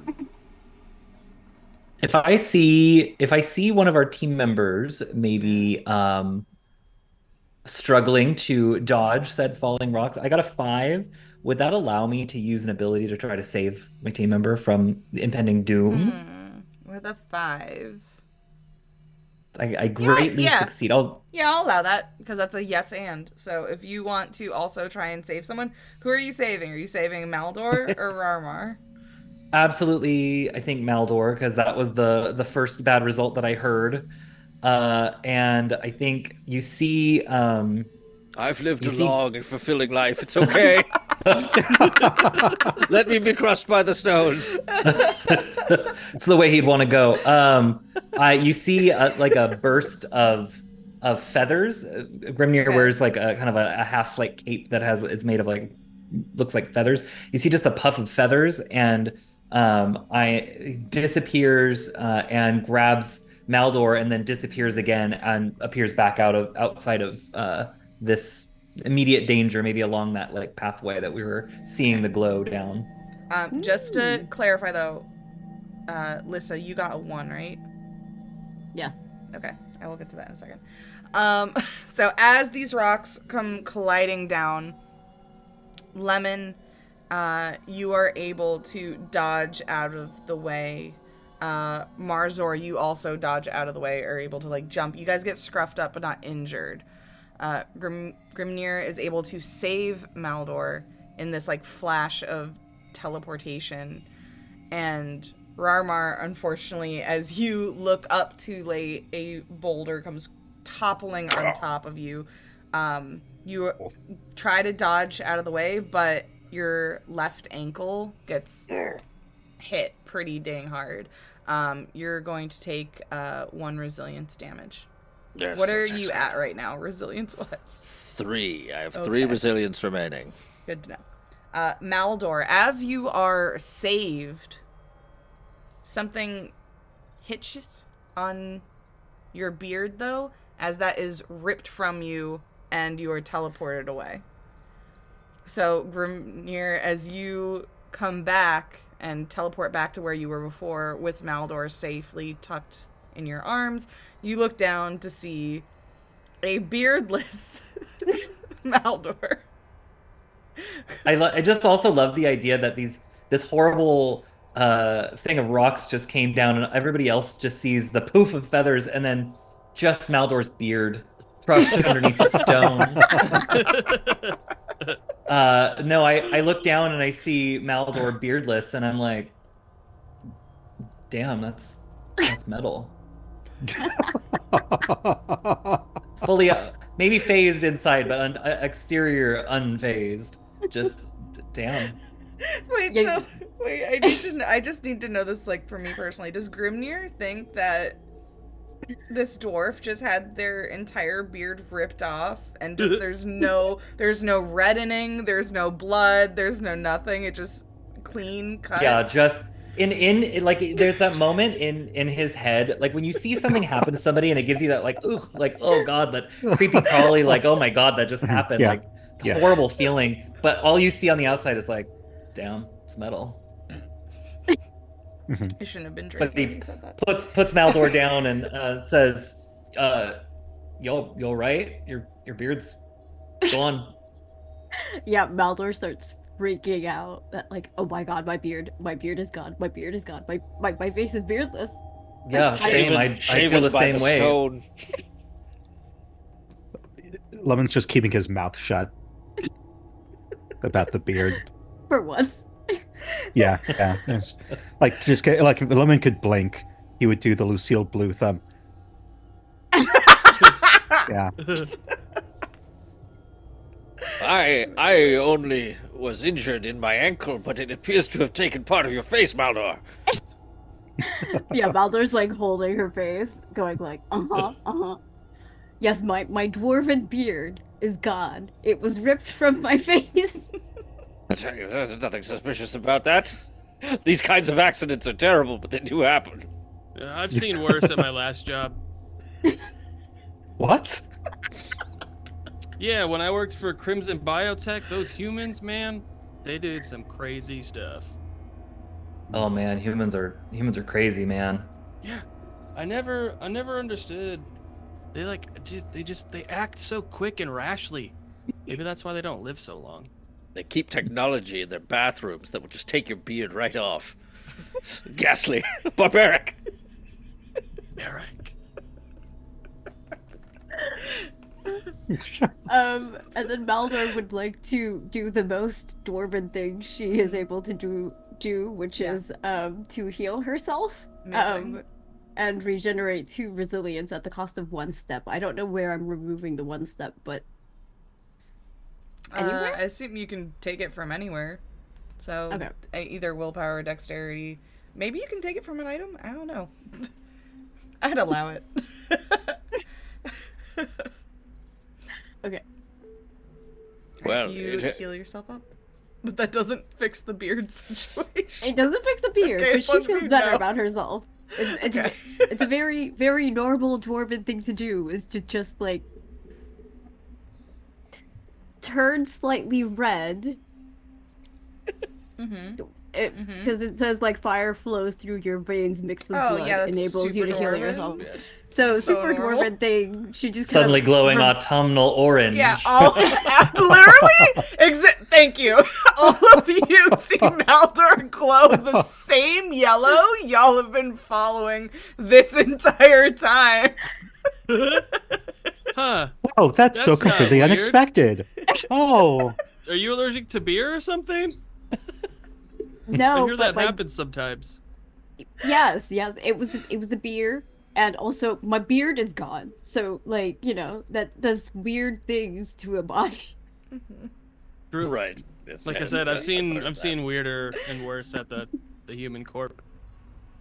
But perhaps as we draw closer to the core of the asteroid, physics may begin to break down. As we saw, there was a trail that led to nowhere. Perhaps someone turned into bugs, so who knows what could happen. But don't let the corruption enter your veins if you can help it. Steel yourself with your dwarven mind. Exactly. Exactly. Do not abandon reason. And at this, she will take out a flaming sword that you have never seen before. Okay. Very dwarvy. Yep. yeah. Much dwarf. Very mining dwarf. Amazing. Very That could- autumnal. Very useful. Yeah, we can see better in this cave, perhaps. It's about this time that Aura does come back. Marzor, did you give this, like, AI thing any kind of personality, or is it just, like, a tool? It's kind of like... Oh, man. I'm just trying to know if it would have an emotional reaction or not to anything. Yes, yeah, it would. Mm-hmm. Okay. So Aura comes back and the bot is like shaking. And is from everything like okay? the chitter that it gives you, Mm-hmm. you are told that it went very far back up Uh-huh. into an area where there were hanging bodies on lines of metal, Mm-hmm. and the bodies had runes carved into them that told the history of this area, Mm-hmm. and that it talked of some sort of portal. The runes talk of a portal, or Aura tells me about a portal? No, the runes talk of a portal. Okay. She's Can I ask basically saying, like, Aura- she went to an area where there were, like, probably, like, 8 to 10 metal lines hanging from a ceiling with Mm-hmm. bodies attached to them and runes carved into the bodies that told the history of some sort of portal down Gotcha. here. Did she see any orange glowing? Any She did autumnal not see any orange? glowing orange. Okay, well then I would just like kind of petting her a little bit to calm her down, and tell the group that what she saw but didn't see any orange, so maybe we should probably go down the path instead. Could she project a hologram of the runes she saw, perhaps? She doesn't have that power right now, I'm sorry. Oh, all right. No, I understand. Damn, I'll have to go check up there later. All right, well, down the hallway to our destiny then. Sounds good. Tally ho. Amazing. You guys make your way down to the right. This is like there's metal plates on the ground that make a clear path here. It's like an intentional way to go. And you start following this down until, once again, you kind of go into a smaller tunnel that this one has metal walls. It is very deliberately created. You're no longer in a cavernous area. And this hallway goes for a while until there are actually lights that illuminate on the side, like these two very long, thin bands of light that run at like the top corners of the ceiling.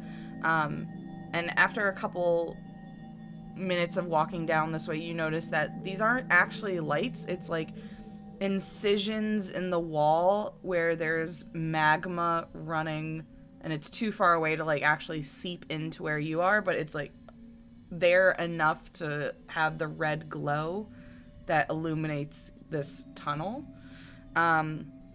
And as you get to the end of this hallway, it opens up into a large room where you see that there is a river of magma here, and a little bit farther in, you kind of hear the whirring of a large machine, but you can't necessarily see it yet. The glow from the magma only illuminates like the first 30 to 40 feet in front of you of this large area, and you see that it has like a metal floor here where the pathway continues forward. This seems a lot more like the kind of place they would keep the singularity rune. Yeah, man, looks real runey in here. Onward, fellows. Steel yourselves. We are dwarves. Rock and stone. Yeah. Pull out a giant wrench the size of like most of my arm. Okay. And just like hold it at ready. Okay. You guys all continue down this path, I assume? Yes. Yes. Yes. The whirring gets louder until you see it's basically like a bunch of circles weaving one over the other in different directions, like different hoops of metal that have runes around them. And you see like a floating bit of magma at its center that's like kind of like a lava lamp, pulls in different directions depending on where the circles are rotating and what like position they're in. You see that the runes along all of these bands kind of go in like a cyclical nature of glowing orange. And then at the far back behind it, you see that there is a large doorway, also with runes carved around it. But they seem to be dormant right now. Any of these runes your rune, Ramar? Runes. This machine could perhaps have been used to create the rune. It's very similar to runic technology we've been using to advance our knowledge of the runes, which of course, as we all know, are etched into the fabric of reality. So uncovering them could require a runic distillator like this one, but I've never seen one used this way before. And Ramar is going to investigate the armature that's doing the lava lamp thing. You can either use willpower, or if you have an item or ability that affects this kind of thing, let me know. Actually, my willpower is super low, so Sure. Yeah. I'm gonna catch my breath and pump my willpower back up. Just so but you know also what? potentially could use grit to give yourself a D12. You know what? Why don't I So do you know. that first? Just I'll do letting you that know all the before I tools at catch your my disposal. breath. Since this is really Ramar's forte, so use that grit. Let's do it. We rolled a 9. Amazing. Whoa. You are Pretty good. able to pretty much figure out anything you want about this. So I'm going to tell you its function, and then I'm going to allow you to ask me 3 questions where I give you the answers. So the first thing you know is that the rune you're searching for, the magma at the middle, can turn into that symbol. Yes. If this is the right way of tuning the base of it, where you see that there are 3 dials that you can change to affect the location of the spinning rings. So there is a way for you to get the magma at the middle to turn into the rune that you're searching for, by affecting these turn knob things. Great. What else do you want to know about the device? You get 3 questions. What is the correct orientation of the first dial? Okay. You can click it into place, you just will know. I don't have in my head what it looks like, but you can just know the correct position for it. Hi. You don't have a multi-dimensional set of rings with magma in it to show us? I didn't pre-plan that, so What? I don't. I'm sorry, I didn't physically make a puzzle here for you. Next time. Well, if I get three things that I get to make up about the runic armature. Do you just want armature, all 3 correct positions to make the rune? Yeah. Okay. It's gonna be. We're gonna blaze forward because this is again the as far as Ramar is concerned, this is the point of dwarven culture is to achieve this rune, and we are so close. The 3 runes would be Hye, Un, and Gar, which phonetically sound like hunger. Oh, I love that. Thanks. There for we go, that tying in. it all back together. So you're able to position all the dials in the correct space, and the rings change until this looks crazy. It's like all flying around, and it doesn't look safe what Ramar's doing. And the whole time he's crowing about they were so close, they're fools. They didn't see it. It would have been so easy for them. Just place the armatures in the right positions, and with the singularity rune could be ours. And as you say that, and you Secrets see of this all matter. rune form in the middle, these fools before you, why wouldn't they have done this? Right. And as the rune forms in the magma and then begins to solidify, and you see what you've been searching for within arm's reach, the portal at the back, 1 rune at a time, starts to light up until all the runes around the doorway are lit, and the center stone gives way, falling, crumbling, piece by piece, back into what looks like a fiery abyss. Like a doorway to hell, as there is this fire coming out. And out steps a creature that you saw before in your vision. Our destiny, The twisting demon of molten rock and shadow. And you all now see it too. Large shadow claws that kind of wisp into existence and then fade out. And then magma turns into them, and it solidifies and it crumbles again. And it's just this shifting, massive creature that takes up this entire, probably 15-foot doorway that it steps through. And immediately when it sees you, there is 1 massive red eye that pops out of the shadow. But the strange thing about this, for Lemon and for Mardor, is that you guys saw a red eye before this opening was created. And as you two kind of think on that for a second, behind you, you all hear a loud crash. And for those who turn, there is a second one of these creatures that has sort of climbed down from the ceiling that you did not have a light source to illuminate before. Right. As you guys now have 2 of these creatures, both in front and behind your party. And we're gonna do some combat. Oh boy. Okay. Oh boy, Pluto. Yay. It's dwarfin time. Yeah, there it is. Yeah. Let's go, capitalism. Let's go. Go, go, Amazing. capitalism. Mighty Morphin capitalism. Du, du, du, du, du. I love the idea of mighty morphin capitalism. It just becomes stronger when you get together. Dwarves don't believe in hubris.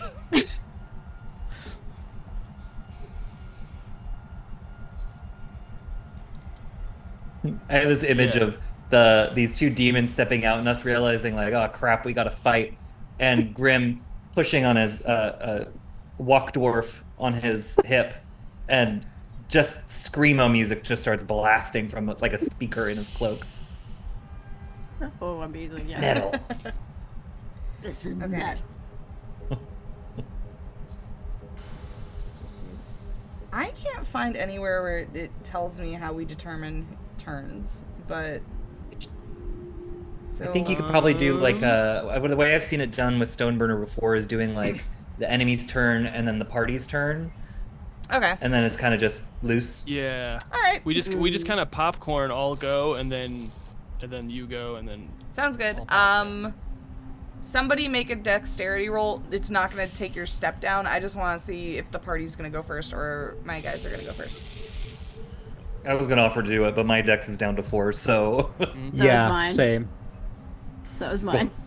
then I guess And I'll just roll a d4. I rolled a 1 last time. Let's see. Well, I got a 1 this time, so that's great. All right, so my baddies go first. Oh, I thought you were calling us your baddies. I'm like, oh, thank you. I wasn't. I love you though. Okay. We are bad though. Okay, so my guys' strength is a d8. Hold on, I get to actually make dice rolls now. Yum. It's a d8 and it's a pretty one. Okay. So, okay, the one that is in front of you, just coming out of the portal, it does look slightly different from the one that is behind the party. So the one coming out of the portal looks more fresh, and by what I mean by that is there's more molten lava on that one that's like coursing through it. It looks more shifting. It looks more unstable. Who's the one in front? Is that still Lemon? I think so, yeah. Okay. I would have gone over by the arch also. Okay. Then Marzor and the Dud, I'm going to give you guys the option if you want to make dexterity rolls to see if you avoid this as this creature lunges towards you. That You don't is have to a make it if you'd 3. rather not make the dexterity roll, but... Hi, Raiders! Welcome! My players are going against 2 giant lava shadow demons right now. Woo! One. Okay, where's our gonna 1? The Dud, are you rolling or do you want to just take the damage?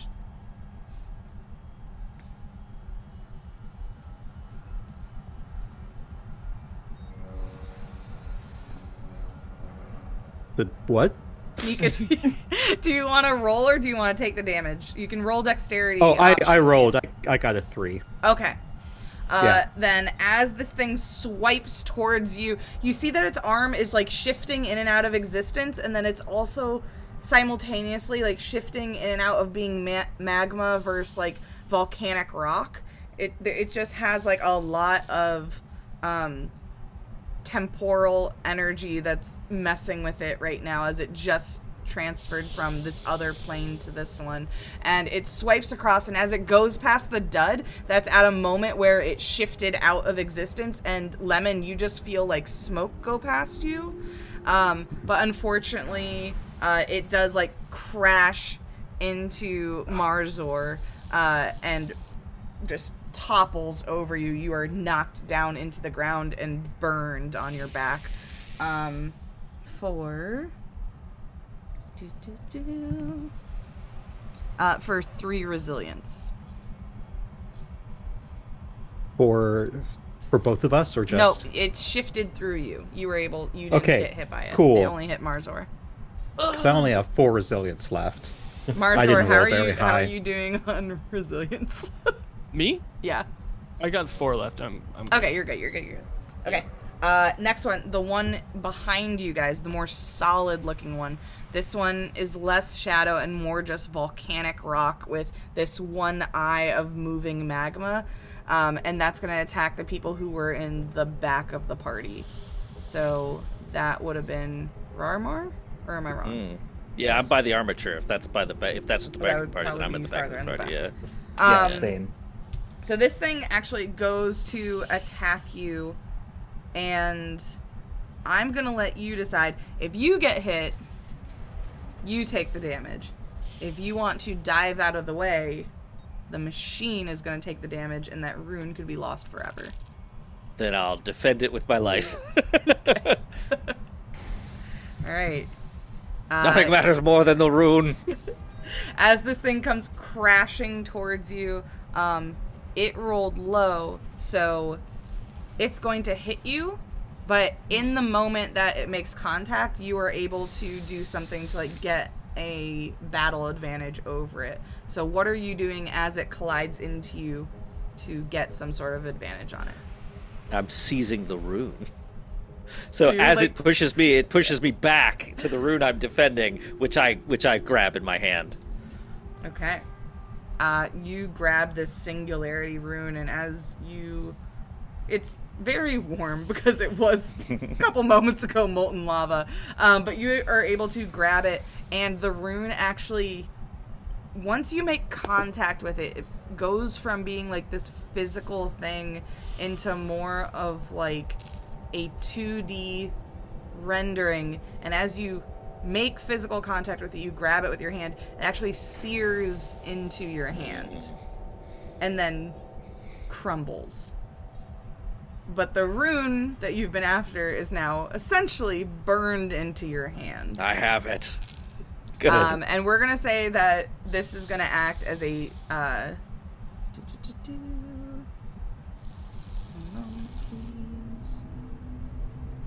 that is going to D8. act It's a D8 as weapon. It's a D8 lasting item. D12. Oh, okay, yeah, I'll take it. But it's gonna step down with its usage, your skills do. But it Cool. also Oh, yeah. resets like your skills do. Yep. Whoa. Nice. Okay. Wait, repeat that? So the singularity rune that he has now carved into his hand is going to act as a D12 item that instead of being a one use, it steps down like your skills and resets like skills. So super powerful, carved into his hand. Alright. But because of that, you're also going to take 3 resilience damage as you were hit by this thing and then also had something burned into your hand. Well, it's how Rarmar would have wanted to go, but what happens when you reach 0 resilience? Because I'm gonna guess it's not good. That's a great question. You go unconscious. I believe you essentially go unconscious. You become vulnerable. Yeah. Well, then that's what Rarmar's gonna do. Okay, so you guys see this wild situation unfold of this lava monster totally worth it. slamming into Rarmar. Wouldn't change a thing. Rarmar grabbing the rune at the middle of this moving machine. It burning into his... I assume he screams as it's burned into his hand and then falls unconscious in front of this massive volcanic monster. Who wants to go now? Now it's your seeing turn. this very dramatic moment, Grimnir kind of steps over to the now fallen Rarmar. I don't know if Mardor is in the area as well, but kind of says, "Damn, that was so metal." He puts out his hands, and that kind of similar burst of feathers blows out, but these are kind of a scintillating purple and almost distracting. And essentially, with that skill, I have to lose. Let me see.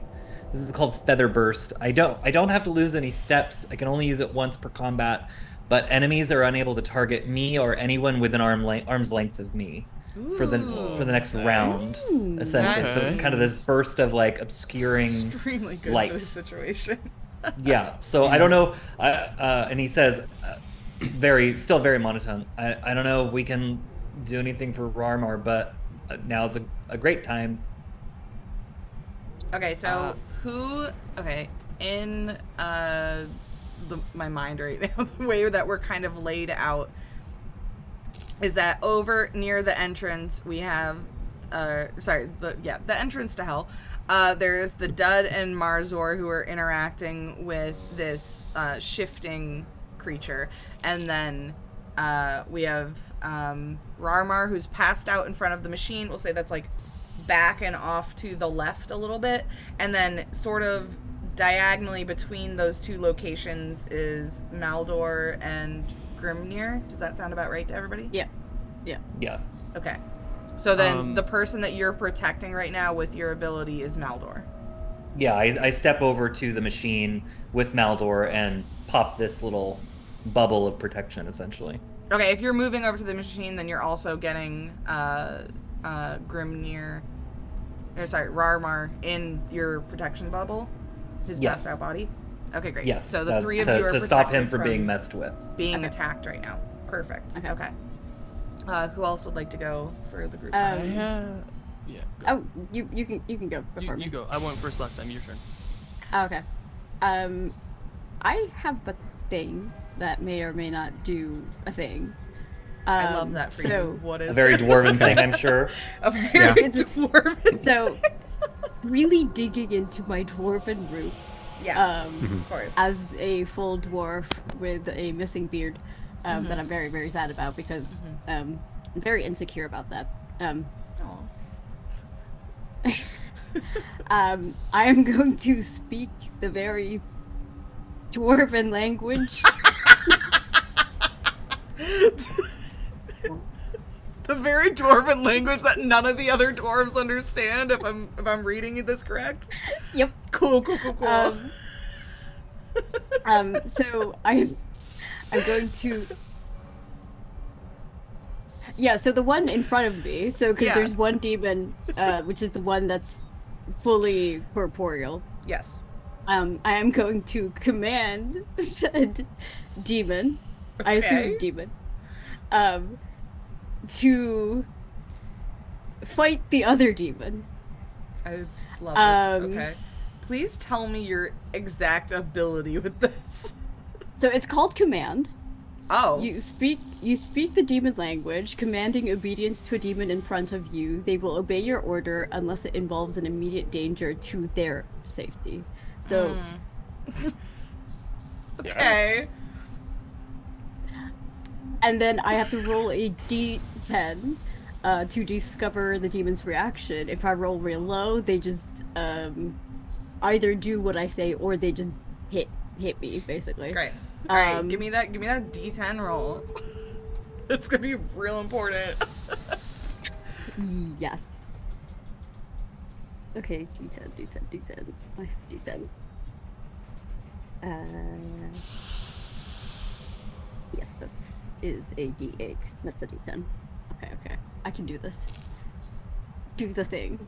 I believe in you. Do you want a song of inspiration? Woo, capitalism! Capitalism! Oh, I shit you not. That's an 8. Hey. Nice. So, on a 5+, they do what you say without another thought. Amazing. You guys see this massive creature of volcanic rock runs straight at the shifting demon.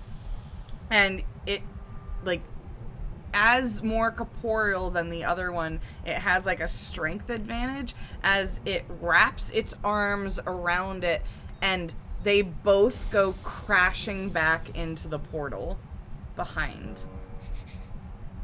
Just these two Goliaths just intertwined, fighting, falling back into this portal of fire.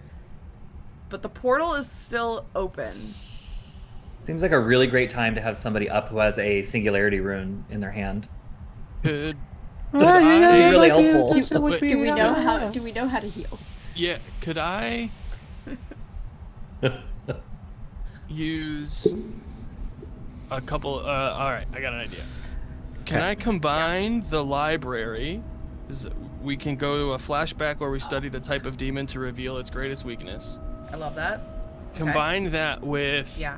alter the battlefield, Okay. where I can change the environment to redefine what's true in the fiction. Can I use both of these together to close the portal? I mean, like, it would probably be a check. You can use them to get the information of how to close the portal. Okay. Okay. We have a flashback to Rarmar in the library and Marzor kind of like walking by. Did you take an interest in like the archives that Rarmar was looking through at all, or no? I think Mars would have walked through at least, checking out the space. There is a moment where Rarmar is kind of reading out loud to himself. And he says, one cannot exist without the other. And while one exists, the other exists. And when one exists, the other exists. And then you are reminded that this portal opened when the singularity rune showed up. Okay. Like, do I think it's more connected to the rune itself, like that is now in his hand, or like the machine? Probably the rune. Okay.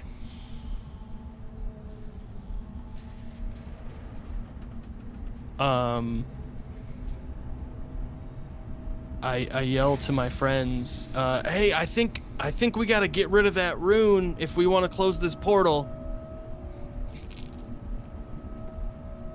And I can chop off his hand. Maybe not that far. Maybe not that far. Keep that one in our back pocket. I can blow up his hand? You went further down, like less. Maybe we just cut it a little bit to make it not readable. I mean, slightly above table. One of my abilities. Is blow up hand? No, I have removal. Resonance. I have an instinctive understanding on the easiest way to break things. So to break a rune. Interesting. So yeah, the easiest way to break this would be to put a line through it. To blow up his hand. Not to no, to like Yeah. to just put a single cut through it, basically. yeah, in that case, I grab a sharp, pointy rock, maybe some obsidian. I mean, it's like autumnal lava down here, something cool like that. Yeah. And I say, "Give me your hand." And with the unconscious unconscious I body. just take your hand. Oh, right. I still ask, like, "Can I have your hand?" It doesn't move. Feet. Okay. And then I cut the rune. Okay, you cut a line through the rune, and you all see as the runes around that portal, one by one, go out, just as the more solid volcanic creature was making its way back through. It reaches with a hand, and the runes go out, and its hand gets severed as the portal turns back to solid rock, and just this thing falls to the ground, a hand. Yeah, love to see it. Yeah, Maldor's Awesome. just gonna look at the group and be like, so that's what we call metal, right? Metal. Metal. Rock on. The feather effect disappears and Grim kind of slumps to the ground. and reaches in his pocket and pulls out a piece of the pizza tree pizza and just shoves it in Rarmar's mouth to use our farm to heal him for 3 resilience. Oh, delicious. Oh, so cheesy. What happened? No, the rune. What have you done? As that happens, we fade away. Remember what you said in the library? We fade up into space. That's where we're gonna end it for tonight. You just hear no. Can the final thing we hear be like capitalism wins again? Dwarf 0, capitalism 1. There you go. Well, I hope you guys all had fun watching, and I hope you guys all had fun playing. I had a lot of fun GMing this. But yeah, we're gonna go around, and everyone's gonna say where you can find you on the interwebs, plug whatever you want to plug. Yeah, we're gonna start in reverse order this time, so Mike, you're going first. Where can we find you on the internet? What's up, everybody? It's your boy Mike. You can find me at D&D Memes Daily, where I post all kinds of D&D memes to make you laugh or make you think about Dungeons and Dragons. So go ahead and check that out. And who knows, maybe we'll be posting about dwarves and runes soon. That's me. Amazing. Next up is Mika. Where can we find you? Hey, more often than not, you can find me on Roll-D5, ROLED5. But for the next couple of streams that I am in, let's see. On Wednesday, you can catch me on Somebody's Heroes playing Smash or Pass, Monster Edition, D&D Monster Edition. I did that yesterday. I got really unhinged over there, like really fast. Did you? That sounds I'm amazing. so excited. So fast. I also love doing fuck, marry, kill with these things. Let's see. The 31st, I do believe on Don't Kill My Character channel, Kate the Great's channel, we'll be playing You Awaken in a Strange Place for Halloween. That will be at 7 Eastern.